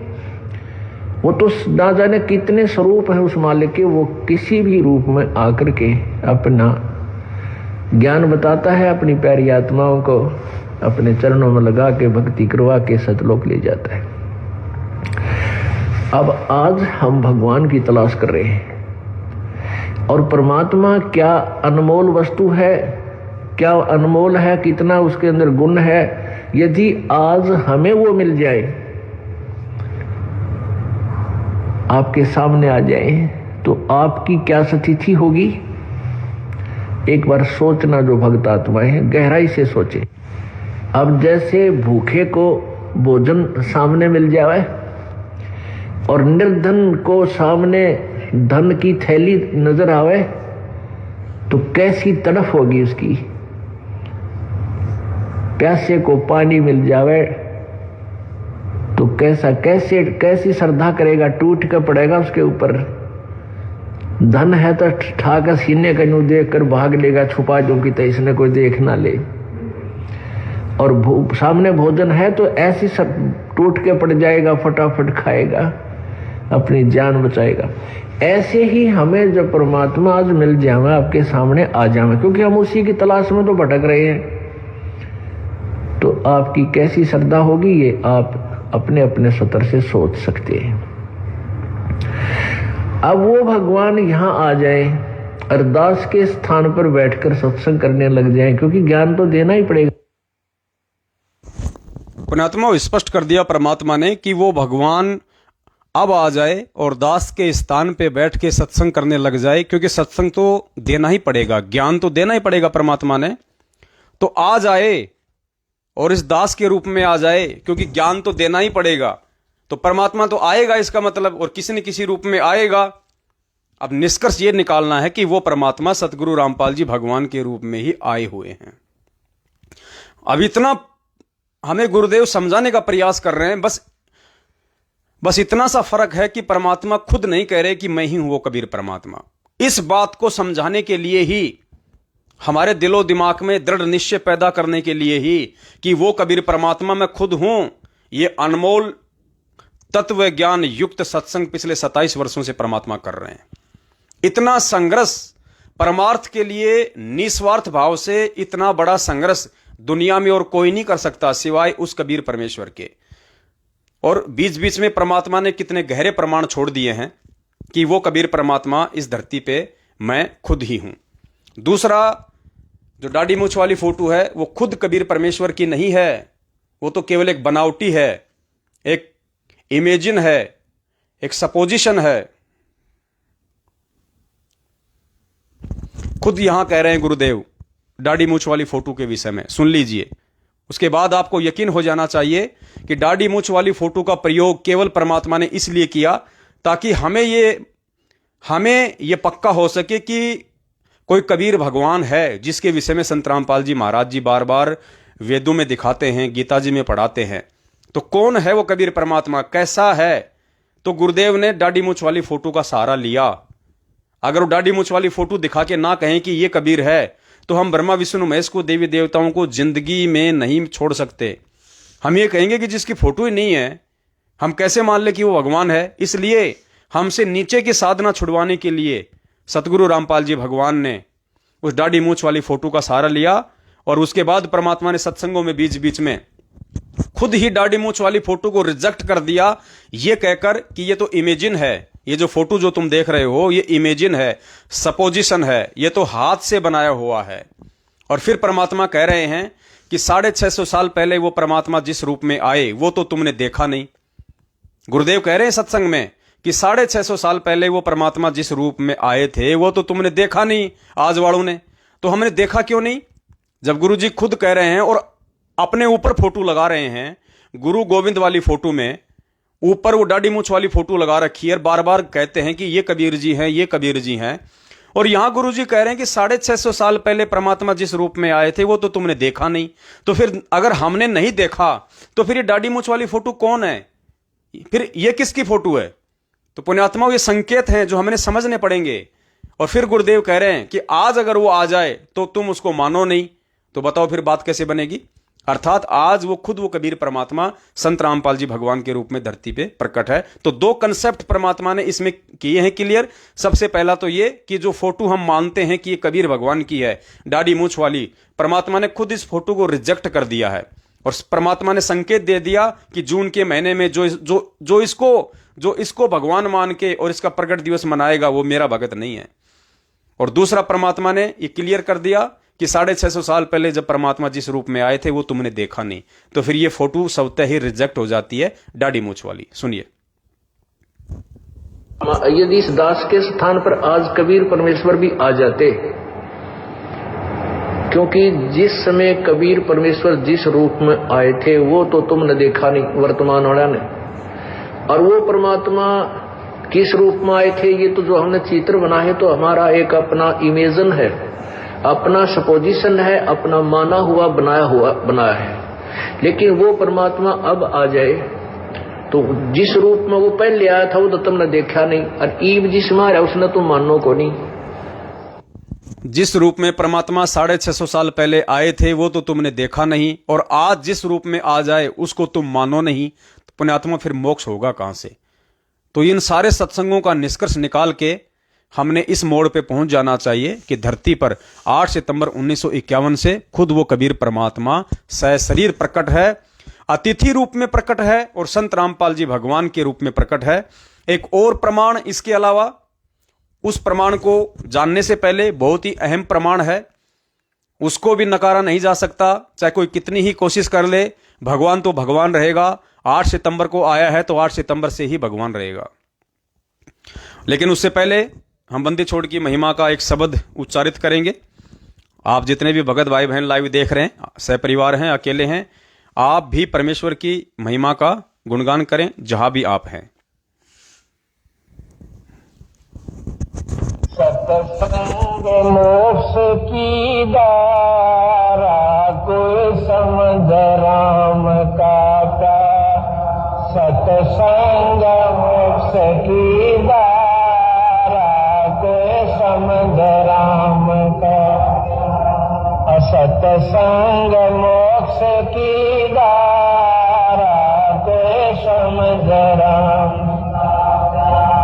सत्संग समझी मीराबाई करी सतनाम की कमाई। सत्संग समझी मीराबाई करी सतनाम की। गुरु रविदास की शरणा आई तब पाया मोक्ष द्वारा। है सत्संग मोक्ष की धारा कोई समझ राम का। है सत्संग मोक्ष की धारा कोई समझ राम का। सत्संग समझा से उसाना हो गया साहेब कबीर का आना। सत्संग समझा से ऊंचा हो गया साहेब कबीर का आना। निकी समन ने खिला दिया खाना। वो अमर हुआ मनियारा। सत्संग मोक्ष की कोई समझ राम का प्यारा। सत्संग मोक्ष की धारा कोई समझ राम का प्यारा। सत्संग समझा अब्राहिम सुल्तानी तज गया बलख बोखारा राजधानी। सत्संग समझा अब्राहिम सुल्तानी तज गया बलख बोखारा राजधानी। वो पागे मोक्ष निशानी। सतगुरु ने पार उतारा। सत्संग मोक्ष की धारा कोई समझ राम का प्यारा। है सत्संग मोक्ष की धारा कोई समझ राम का प्यारा। सत्संग ना समझा रावण अभिमानी कर मर गया करवा के कुणबा गायनी। सत्संग ना समझा रावण अभिमानी करवा के कुणबा गायनी। मंदोदरी थी सायनी ले लिया मुनीन्द्र गुरु का सहारा। है सत्संग मोक्ष की कोई समझ राम का प्यारा। है सत्संग मोक्ष की धारा कोई समझ राम का प्यारा। सत्संग ना समझा कंस करोधी बिन सत्संग बुद्धि हो जा बोधी। सत्संग ना समझा कंस करोधी बिना सत्संग बुद्धि हो जा बोधी। ना जगह छुपण न छोड़ी जब आकर सन न मारा। सत्संग मोक्ष की धारा कोई समझ राम का प्यारा। है सत्संग मोक्ष की धारा कोई समझ राम का प्यारा। सत्संग ना समझा हरना कुछ अन्यायी राम के जंतर लगाई। सत्संग जा हरना कुछ अन्यायी राम के जन से राड़ जगाई। बिन सत्संग छाती तोड़वाई हरि ने धरा रूप जगत से न्यारा। है सत्संग मोक्ष की धारा कोई समझ राम का प्यारा। है सत्संग मोक्ष की धारा कोई समझ राम का प्यारा। सत्संग समझा नानक देव कीनी गुरु चरणा की सेव। सत्संग समझा नानक देव गुरु चरणा की सेव। तार दिया लोक लाज का लेव किया साहेब कबीर गुरु प्यारा। सत्संग मोक्ष की धारा कोई समझ राम का प्यारा है। सत्संग मोक्ष की धारा कोई समझ राम का प्यारा। सत्संगे समझा ज्ञानी मोरे दवद संग में लड़का कमर बैग। सत्संगे समझा ज्ञानी मोरे संग में लड़का कमर बैग। रानी ने पूरा किया फर्ज धरा बेटे के सर आ रहा है। सत्संग मोक्ष की धारा कोई समझ राम का प्यारा है। सत्संग मोक्ष की धारा कोई समझ राम का। सत्संगे समझी भैन कमाली कर्मा बाई जाटड़ी लाली। सत्संगे समझी भैन कमाली कर्मा बाई जाटड़ी लाली। वह सबरी गई ना खाली मिल रामचंद्र अवतारा है। सत्संग मोक्ष की समझ राम का प्यारा है। सत्संग मोक्ष की धारा कोई समझ राम का प्यारा। सत्संग समझा माँ से बाल धरू मिल गए नारद मुनि से गुरु। सत्संग समझा माँ से बाल धरू मिल नारद मुनि से गुरु। अब जीऊं चाहे मरो ऋषि जी न उल्टा कदम अटारा है। सत्संग मोक्ष की धारा कोई समझ राम का प्यारा है। सत्संग मोक्ष की धारा कोई समझ राम का प्यारा। सत्संग समझा धना जाट जिसने बीज दिया था बाट। सत्संग समझा धना जाट जिसने बीज दिया था। नगाली नाम देव घाट बना विठल सर्जन आ रहा है। सत्संग मोक्ष की धारा कोई समझ राम का प्यारा है। सत्संग मोक्ष की धारा कोई समझ राम का प्यारा। सत्संग समझा शेख फरीद नंदा नाई और वजीद। सत्संग समझा शेख फरीद नंदा नाई और वजीद। लगी मंसूर की सीध वो अनल हक पुकारा है। सत्संग मोक्ष की धारा कोई समझ राम का प्यारा है। सत्संग मोक्ष की धारा कोई समझ राम का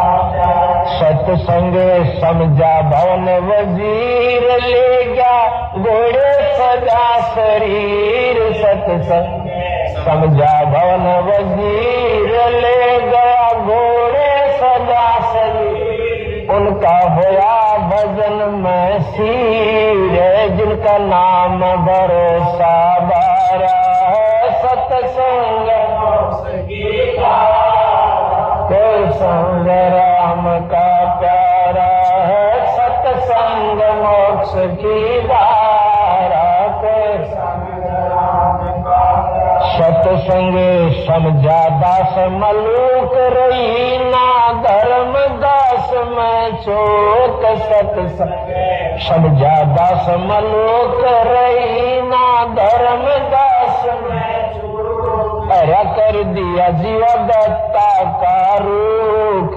किया सत भक्ति उजियारा है।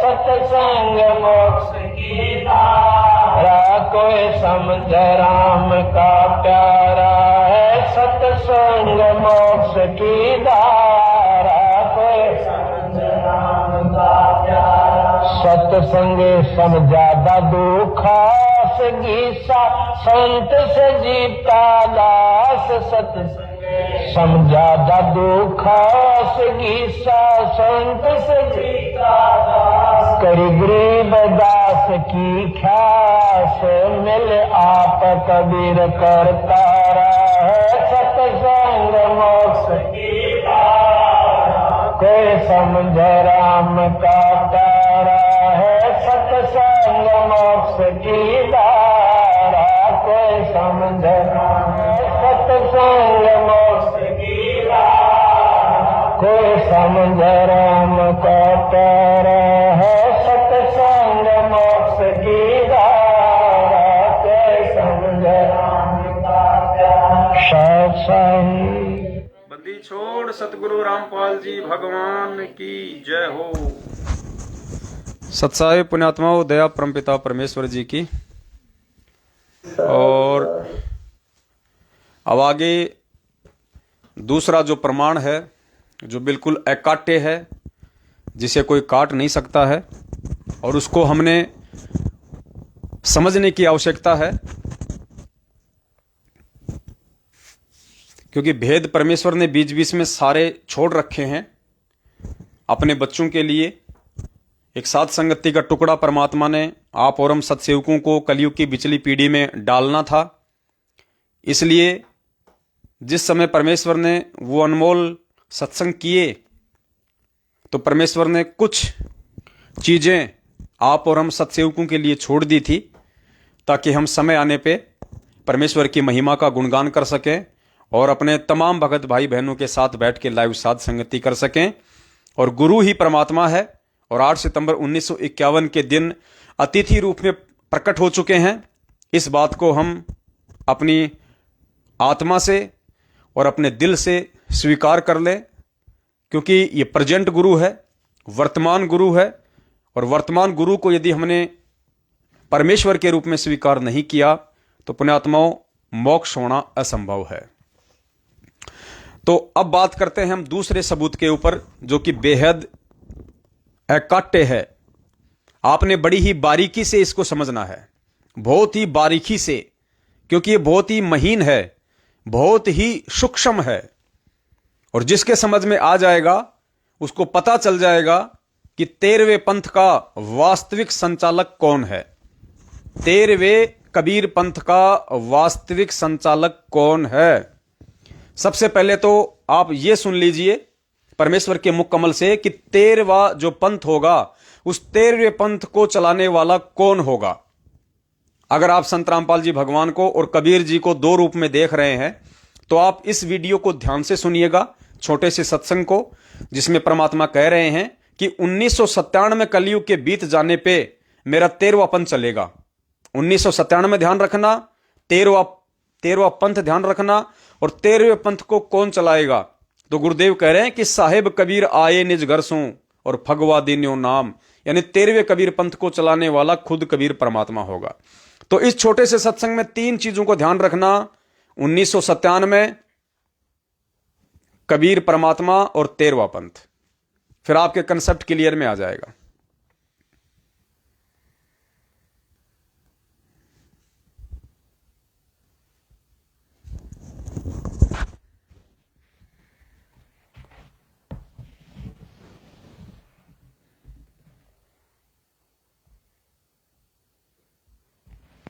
तब चल है पंथ निशान मेरा वास्तविक यथार्थ मेरा पंथ 5505 कलयुग बीतने के बाद स्टार्ट होगा। 5500 बीते चल है पंथ निशान और घर घर सत शब्द जो फैले, ओए होए, घर घर सत शब्द सतनाम, घर घर सत शब्द जो फैले, सतयुग बरते आन, सतयुग जैसा व्यवहार हो जाएगा, सतयुग बरते आन। और साहेब कबीर आए निज घर सो और फगुआ दीनो नाम, निर्गुण भक्ति रूप कलयुग में और वेद मर्म नहीं जान। स्पष्ट कर दिया है, देखिएगा कि घर घर सब सत शब्द जो फैले, सतयुग बरते आन और कौन होगा जो 13वां पंथ चलाएगा? साहेब कबीर आए निज घर से, भगवा दीनो नाम, ऐसा नाम दे दिया जिससे बसंत जैसा सुख होगा।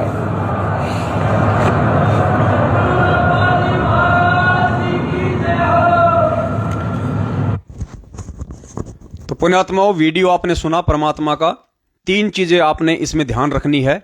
पहला ये कि 13वां पंथ कब चलेगा? 1997 बीत जाने पे, 1997 पूरे होने पे, यानी जो वाणी है कि 5000 और 500 जब कलयुग बीत जाए, महापुरुष फरमान तब जग तारन को आए। तो 1997 में कलयुग के 5500 वर्ष पूरे हो जाते हैं।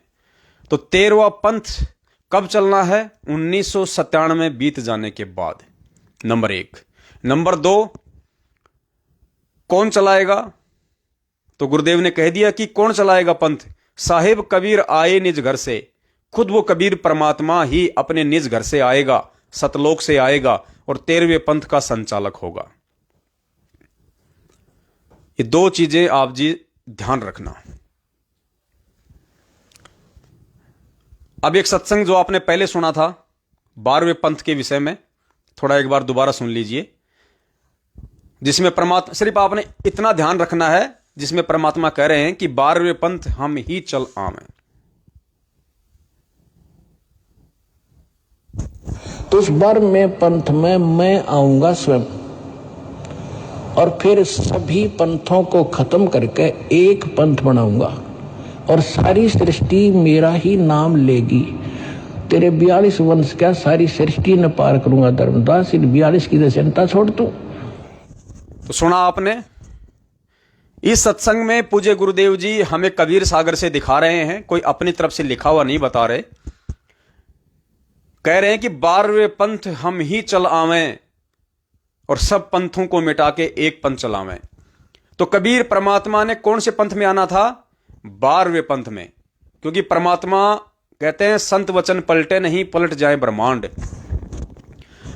तो उस कबीर परमात्मा ने 13वां पंथ चलाने के लिए कौन से पंथ में आना था? 12वें पंथ में। और 12वें पंथ में आके फिर उन्होंने 12वें पंथ को समाप्त करके फिर 13वां पंथ चलाना है। और 13वें पंथ का संचालक कौन होगा? खुद कबीर परमात्मा। और 13वां पंथ कब स्टार्ट होगा? 1997 के बाद से। अपने आत्माओं, इसमें जो सूक्ष्म पॉइंट है वो क्या है, वो आपके समझ में आएगा। 12वें पंथ का संचालक कौन था? 12वां पंथ किसने चलाया? आदरणीय गरीबदास जी महाराज जी ने। और उस पंथ में आगे चल के कौन आएगा? खुद वो कबीर परमात्मा, कि 12वें पंथ में हम ही चलावें, सब पंथों को मिटा के एक पंथ चलावें। तो 12वां पंथ चलाया गरीबदास जी महाराज जी ने। और 12वें पंथ का अंतिम संचालक कौन था? 12वें पंथ का अंतिम संचालक था स्वामी राम देवानंद जी महाराज, जो कि हमारे दादा गुरुदेव हैं। हमारे दादा गुरुदेव के शरीर छोड़ने के साथ ही 12वां पंथ समाप्त हो जाता है। क्यों? क्योंकि 12वें पंथ में 17 फरवरी 1988 को अपनी वाणी के तहत कि 12वें पंथ में हम ही चलावें, उस कबीर परमेश्वर ने 17 फरवरी 1988 को स्वामी राम देवानंद जी का शिष्य बनके मुंह बोला, 12वें पंथ में प्रवेश किया। तो वाणी को परमात्मा ने सत्य साबित कर दिया कि 12वें पंथ में हम ही चल आवें। तो 17 फरवरी 1988 को संत रामपाल जी भगवान ने 12वें पंथ में लीलामय तरीके से प्रवेश किया। और 12वां पंथ उस दिन समाप्त हो जाता है जिस दिन स्वामी राम देवानंद जी महाराज अपना शरीर छोड़ के सतलोक चले जाते हैं। अब इसमें जो सूक्ष्म पॉइंट है पुण्यात्माओं, बड़ी गहराई से, बड़े ध्यान से समझना। हमारे जो दादा गुरुदेव थे स्वामी राम देवानंद जी महाराज, जिनके शरीर छोड़ने के साथ ही 12वां पंथ भी समाप्त हो जाता है। तो दादा गुरुदेव ने शरीर कब छोड़ा? 26 जनवरी 1997। ये डेट ध्यान रखना पुण्यात्माओं, बहुत इंपॉर्टेंट है। ये परमात्मा को परमात्मा साबित करेगी। संत रामपाल जी भगवान को 8 सितंबर 1951 के दिन पृथ्वी पे अतिथि रूप में प्रकट हुआ साबित करेगी। तो हमारे दादा गुरुदेव स्वामी रामदेवानंद जी महाराज जी ने शरीर छोड़ा 26 जनवरी 1997 और 26 जनवरी 1997 में उनके शरीर छोड़ते ही 12वां पंथ बिल्कुल समाप्त हो जाता है गरीबदास जी महाराज जी का। और फिर अपने गुरुदेव कहते हैं कि मुझे कबीर परमात्मा मिले सतलोक से आके 1997 में। वो डेट क्या है? मार्च 1997। क्या डेट है? मार्च 1997। यानी 26 जनवरी को दादा गुरुदेव ने शरीर छोड़ा, 12वां पंथ समाप्त हुआ और सतगुरु रामपाल जी भगवान जी के अनुसार उनको कबीर परमात्मा सतलोक से आके सह शरीर उनको कब मिले? मार्च 1997 में। तो जनवरी हो गई पहले और मार्च हो गया बाद में, यानी 1.5-2 महीने का फर्क हो गया स्वामी रामदेवानंद जी महाराज जी के शरीर छोड़ने में और सतगुरु रामपाल जी भगवान को कबीर परमात्मा सतलोक से सह शरीर आके मिले मार्च 1997 में। इस प्रोसीजर के बीच में लगभग 1.5-2 महीने का गैप है। बस ये चीज ध्यान रख लो पुण्यात्माओं। अब आगे ध्यान से सुनना। अब 13वां पंथ कौन चलाएगा? अभी जो सत्संग सुना आपने कि साहेब कबीर आए निज घर सो भगवा दीन्यो नाम, यानी 13वां पंथ कौन चलाएगा? 13वें पंथ का संचालक कौन होगा? कबीर परमात्मा। खुद गुरुदेव ने सत्संग में बताया कि 13वें पंथ का संचालक खुद वो कबीर परमात्मा होगा जो अपने सतलोक से आएगा। अब पुण्यात्मा विचार करने वाली बात यह है, यदि 13वें पंथ का संचालक स्वयं कबीर परमात्मा होगा और यदि वे संत रामपाल जी महाराज जी को मार्च 1997 में आके मिले हैं, तो पुण्यात्माओं फिर ये वाणी फैल हो जाएगी कि 12वें पंथ में हम ही चल आवें। कबीर परमात्मा एक तरफ तो कह रहे हैं कि 13वां पंथ मैं चलाऊंगा और गुरुदेव कह रहे हैं कि मुझे वो कबीर परमात्मा मार्च में दिन के 10 बजे सतलोक से आके मिले, और दूसरी तरफ वाणी कह रही है कि 12वें पंथ में हम ही चलावें। खुद कबीर परमात्मा कह रहा है कि 12वें पंथ में मैं खुद चल के आऊंगा। तो 12वां पंथ तो 26 जनवरी 1997 में कोई समाप्त हो जाता है, जबकि कबीर परमात्मा आए हैं मार्च 1997 में। तो 12वें पंथ में कहां आए कबीर परमात्मा? क्योंकि 12वां पंथ तो दादा गुरुदेव के शरीर छोड़ने के साथ ही समाप्त हो गया। और गुरुजी कह रहे हैं कि मुझे कबीर परमात्मा मिले मार्च 1997 में, तो वो तो 12वें पंथ समाप्त होने के 2 महीने बाद में आए। तो फिर 12वें पंथ में कौन आया? पुण्यात्माओं यही भेद है, यही सूक्ष्म है। खुद संत रामपाल जी भगवान 17 फरवरी 1988 को अपनी वाणी के अनुसार कि 12वें पंथ में हम ही चलावें, सब पंथों को मिटा के एक पंथ चलावें। 12वें पंथ में कौन आया? मार्च 1997 में संत रामपाल जी महाराज जी को मिलने वाला वो कबीर परमात्मा आया, या फिर 12वें पंथ में 17 फरवरी 1988 को संत रामपाल जी महाराज जी आए? अगर 13वें कबीर पंथ को चलाने वाला वो कबीर परमेश्वर होगा तो उसके विषय में स्पष्ट है कि वो 12वें पंथ में ही आएगा। तो 12वें पंथ में कौन आया? दाढ़ी मूछ वाला आया जो मार्च 1997 में संत रामपाल जी महाराज जी को मिला, या फिर 12वें पंथ में 17 फरवरी 1988 को स्वामी रामदेवानंद जी महाराज जी से लीलामय रूप में दीक्षा लेके संत रामपाल जी महाराज आए। अगर आप दाढ़ी मूछ वाले को मानते हो कि वे कबीर परमात्मा हैं और 13वें पंथ के संचालक हैं और वाणी के अनुसार उनको 12वें पंथ में आना था, तो वो 12वें पंथ में नहीं आए। वो तो मार्च 1997 में सतलोक से सीधे संत रामपाल जी महाराज जी को आके मिले। तो वाणी तो फेल हो जाएगी कि 12वें पंथ हम ही चलावें, जबकि 12वां पंथ तो 26 जनवरी 1997 में कोई समाप्त हो गया था। उससे पहले पहले आना था उस कबीर परमात्मा ने 12वें पंथ में, जबकि वे आए मार्च 1997 में 2 महीने बाद। तो पुण्यात्मा ये भेद है कि 12वें पंथ में फिर कौन आया? 12वें पंथ में हम ही चलावें। तो 12वें पंथ में दाढ़ी मूछ वाला नहीं, 1997 वाला नहीं आया। 12वें पंथ में 8 सितंबर 1951 के दिन धरती पे अतिथि रूप में प्रकट होकर और 8 सितंबर 1951 से 17 फरवरी 1988 को एक आम व्यक्ति की लीला करने वाले और 17 फरवरी 1988 से फिर 12वें पंथ में प्रवेश करने वाले संत रामपाल जी भगवान आए। तो ये भेद है पुण्यात्माओं, बहुत महीन, बहुत सूक्ष्म, परमेश्वर ने दया बख्शी, जो समझ में आया और आप सभी भाई बहनों तक दास शेयर कर रहा है। इससे जानने में आसानी होगी, हमें भगवान को पहचानने में आसानी होगी कि वास्तव में धरती पे पूर्ण पुरुष, पूर्ण परमात्मा के रूप में कौन प्रकट है। पुण्यात्माओं, वर्तमान में संत रामपाल जी महाराज जी के मुट्ठी भर शिष्य हैं, और मुट्ठी भर में से भी एक माचिस की डिब्बी जितने ही सत्सेवक हैं, बाकी देखा देखी में चल रहे हैं, भेड़ चाल में चल रहे हैं। ये जो सत्संग हो रहे हैं, ये जो साध संगतियां हो रही हैं, ये जो भगवान आया हुआ है, ये पूरी दुनिया के लिए नहीं आया हुआ। परमेश्वर कहते हैं, गोता मारूं सुर्ग में, जा बैठूं पाताल, और गरीब दास ढूंढता फिरूं अपने हीरे मोती लाल। परमेश्वर इस अरबों खरबों की जनसंख्या में से अपने चंद बच्चों के लिए आते हैं, अपने सत्सेवक बच्चों के लिए आते हैं, जो उनके बच्चे उनके सत्संगों का निष्कर्ष निकाल के, सार निकाल के उन्हें पहचान लेता है, उनकी पहचान कर लेता है। उनके लिए परमात्मा यहां आता है। वो हीरे मोती लाल, इस अरबों खरबों की जनसंख्या में से आप और हम सत्सेवक हैं, जो परमेश्वर को पहचान रहे हैं, उनके सत्संगों का सार निकाल के, निष्कर्ष निकाल के कि 12वें पंथ में कौन आया। दाढ़ी मूछ वाला आया 1997 में, या फिर 17 फरवरी 1988 को 12वें पंथ में सतगुरु रामपाल जी भगवान ने प्रवेश किया।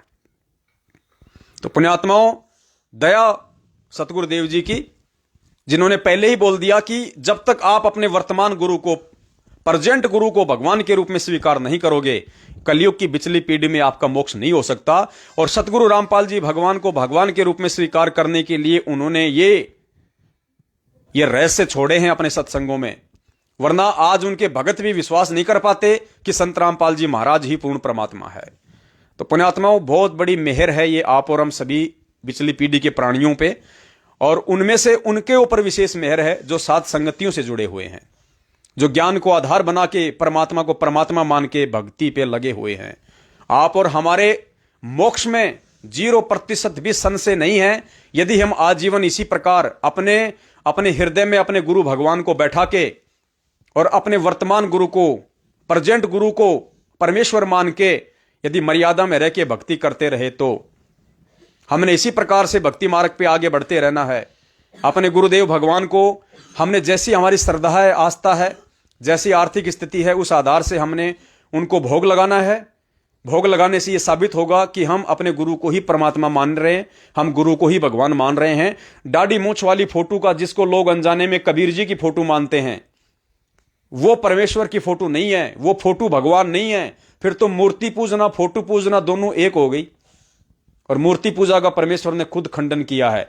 तो हमने जून के महीने में कबीर जी का प्रगट दिवस नहीं, बल्कि वर्तमान में जो जिंदा कबीर 8 सितंबर 1951 से अतिथि रूप में धरती पे प्रकट है, आप और हमारे पूज्य गुरुदेव भगवान के रूप में प्रकट है, हमने उनका प्रगट दिवस मनाना है 8 सितंबर के दिन। तो कुछ छोटी छोटी बातें थी जो आप जी तक साध संगति के माध्यम से शेयर करनी थी, और यह साध संगति का लास्ट पार्ट है। अभी हम जाते जाते परमपिता परमेश्वर जी का एक भजन गाएंगे, एक शब्द उच्चारित करेंगे, उसके बाद फिर हम लाइव को समाप्त करेंगे। तो आप सभी भगत भाई बहन जो लाइव देख रहे हैं, सभी परमेश्वर की महिमा का गुणगान करें, शब्द का उच्चारण करें, साथ साथ पूज्य गुरुदेव जी के।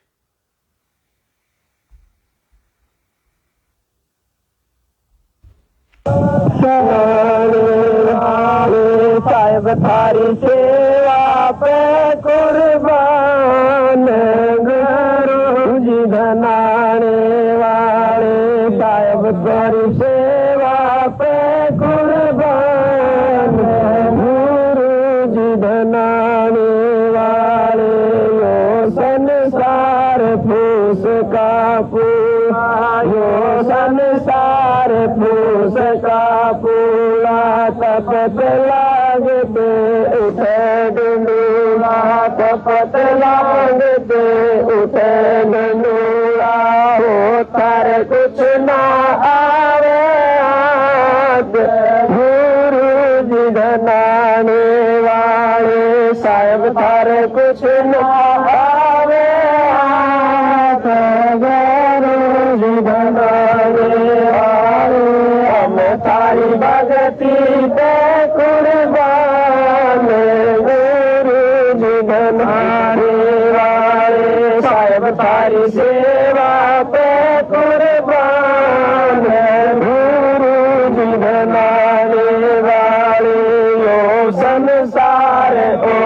का मोती ओ संसार उसका मोती हवा चले बुझ जावे ज्योति हवा चले बुझ जावे ज्योति ओ तारा अजर अमर रहदान गुरु जी बनाने वाले साहब तारा अजर अमर रहदान गुरु जी बनाने वाले हम तारी भक्ति पे कुर्बान गुरु जी बनाने वाले साहब तारी सेवा पे कुर्बान गुरु जी बनाने वाले इस उलझन से हमें बचा लो इस उलझन से हमें बचा लो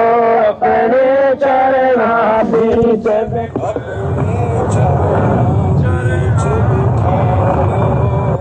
थारा मानांगे एहसान गुरु जी धनाना वाले हम थारी भक्ति पे कुर्बान गुरु जी धनाना वाले साहिब थारी सेवा पे कुर्बान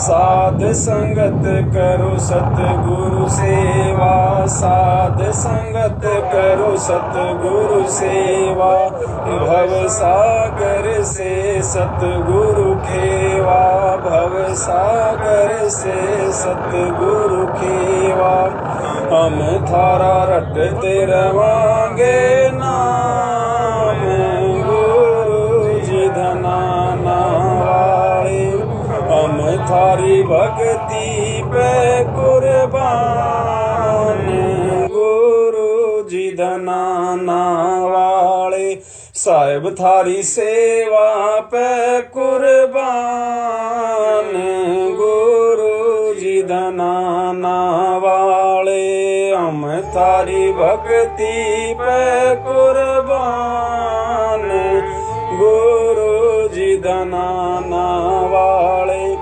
सत साहेब बंदी छोड़ सतगुरु रामपाल जी भगवान की जय हो साहेब। पुण्यात्मा दया परमपिता परमेश्वर जी की जिनके आशीर्वाद से आप और हम सभी भगत भाई बहन सोशल मीडिया के माध्यम से लाइव जुड़े रहे और हमें मौका दिया सतगुरुदेव जी ने अपनी महिमा का गुणगान करवाने के लिए। ये आप और हमारा सौभाग्य और दास की तो यही विनती है पुण्यात्माओं, ये समय बेहद जोर का है, ये समय बेहद काल प्रेरणा का है। जो जो समय आगे बढ़ता जाएगा पृथ्वी पे तीनों गुणों का जो प्रभाव है वो तेज होता चला जाएगा, रजोगुण सतोगुण और तमोगुण। बचाव का एकमात्र तरीका एकमात्र साधन केवल इस कबीर परमेश्वर की भक्ति है, सतगुरु रामपाल जी भगवान की शरण है। और काल कोशिश करेगा हमारे को तोड़ने की, हमारे को झकोड़ने की, किसी भी तरीके से कुछ भी मन में शंकाएं पैदा करेगा, तरह तरह के अनर्गल विचार लेके आएगा। ये हमारी परीक्षा का समय है। कुछ हमारे कर्म होंगे जो ना समझी के चलते आज हमें दुखी करेंगे, आज हमें परेशान करेंगे। कुछ हमारे पिछले कमजोर भक्ति संस्कार होंगे जिसकी वजह से हमारे सामने बहुत सारी अड़चनें आएंगी। और कुछ वो परमपिता परमेश्वर अपने बच्चों की परीक्षा लेने के लिए भी लीलाएं करता है, जानबूझ के समस्याएं पैदा करता है, परिस्थितियां पैदा करता है। क्योंकि परमात्मा कहते हैं गरीब कच्चा हीरा कृच हो नहीं सहे घनमार, ऐसा ये मन हो रहा लेखा लेकर तार।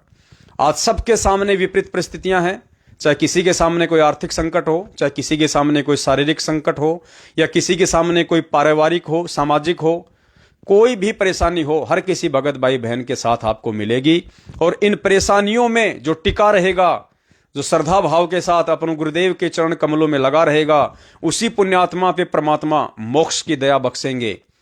क्योंकि जब तक लोहा आग के अंदर नहीं तपाया जाएगा और ऊपर से उसके चोटें नहीं मारे जाएंगी, तब तक लोहार वो चीज नहीं बना सकता, वो औजार नहीं बना सकता जो औजार वो बनाना चाहता है, जिस औजार की कीमत उसे मार्केट में मिलती है। तो पुण्यात्माओं, आज हम इस भक्ति रूपी भट्ठी के अंदर हैं। आज परमेश्वर हमारे सत्य की परीक्षा ले रहा है, परमेश्वर हमारे विश्वास की परीक्षा ले रहे हैं। परमेश्वर देख रहे हैं कि 27 साल से मैंने इन बच्चों को जो अनमोल सत्संग रूपी घुट्टी पिलाई है, आज उस घुट्टी का कितना असर होगा। कौन अंतिम श्वास तक, चाहे मैं 2 महीने में जेल से बाहर आऊं, चाहे मैं 2 साल में आऊं, चाहे मैं 10 साल में आऊं, अगर मेरी कोई पतिव्रता आत्मा होगी जिसने तन मन धन से मुझे, आत्मा से जिसने मुझे अपना पति परमेश्वर गुरु भगवान स्वीकार कर लिया, उसके लिए तो कोई संशय नहीं है, चाहे परमेश्वर 10 साल में आए, चाहे 20 साल में आए, चाहे कल सुबह आ जाए, चाहे ना आए, वो आत्मा एक विश्वास के साथ अपने गुरु को अपने अपने अपने दिलो दिमाग में, अपने मन मंदिर में परमेश्वर के रूप में स्वीकार करके भक्ति पे लगी रहेगी। उसको पता है कि तेरा भगवान वो समर्थ है जो कहीं भी प्रकट होके तुझे आगे का मंत्र दे देगा, तुझे आगे का नाम दे देगा, तुझे वो शब्द दे देगा, तुझे यहां से पार कर देगा। जरूरी नहीं कि परमेश्वर बाहर आके ही हमें पार करेंगे, वो समर्थ परमेश्वर है, बाहर उन्हें आना ही है। लेकिन दास एक बात बता रहा है कि वो समर्थ परमात्मा इतना समर्थ है, जब उसने सतलोक में बैठे बैठे 21 ब्रह्मांडों को एक विमान की तरह यहां भेज दिया 16 संकोश दूर, तो वो परमात्मा हिसार जेल में बैठा बैठा अनंत आत्माओं को सतलोक भेज सकता है। समय आने पे परमेश्वर बाहर भी आएंगे, लेकिन उस समय तक ये आप और हमारे ज्ञान और विश्वास और धैर्य की जबरदस्त परीक्षा होगी। और इस परीक्षा को केवल वही पुण्य आत्माएं फाइट कर पाएंगी, वही भगत आत्माएं इस परीक्षा में उत्तीर्ण हो पाएंगी, जो पुण्य आत्माएं अंतिम समय तक अपने गुरु के ऊपर दृढ़ विश्वास कायम रखेंगी। और इस वर्तमान जोर के समय में अपने गुरु के ऊपर दृढ़ विश्वास, श्रद्धा और समर्पण बिना साध संगति के पुण्यात्माओं बिल्कुल भी संभव नहीं है। जो साध संगतियों से जुड़ चुके हैं उनका सौभाग्य है, जो अभी नहीं जुड़ चुके हैं उनका दुर्भाग्य है। उन्हें जल्दी से जल्दी काल प्रेरित सतलोक आश्रम मैनेजमेंट हरियाणा, जो कि धरती पे जीता जागता काल का एजेंट है, परमेश्वर की पुण्यात्माओं से मर्यादा तोड़वा के उनको काल जाल में फंसाने के लिए आया हुआ है, जिसमें गुरुदेव का पूरा कलयुगी परिवार, बेटा बेटी, भाई बंधु, रिश्तेदार, जवाई, आपके जितने भी कोऑर्डिनेटर, नामदान संचालक, ये सारे के सारे लोग काल प्रेरित हैं। ये आपसे मर्यादा ही तोड़वाएंगे, आपको भक्ति भाव से नहीं जोड़ सकते। जितना जल्दी हो सके इनसे अपना संपर्क तोड़ो और साध संगतियों से संपर्क जोड़ो। आगामी साध संगति दिनांक 27 को घाटकोपर मुंबई में है, बंबई के घाटकोपर में है आगामी साध संगति। भगत गणेश दास जी हैं और बहन मेघा दासी हैं, बहन करुणा दासी हैं। एक भगत जी का नाम थोड़ा सा अटपटा है, मेरी समझ में नहीं आ रहा, उसके लिए मैं माफी चाहता हूं।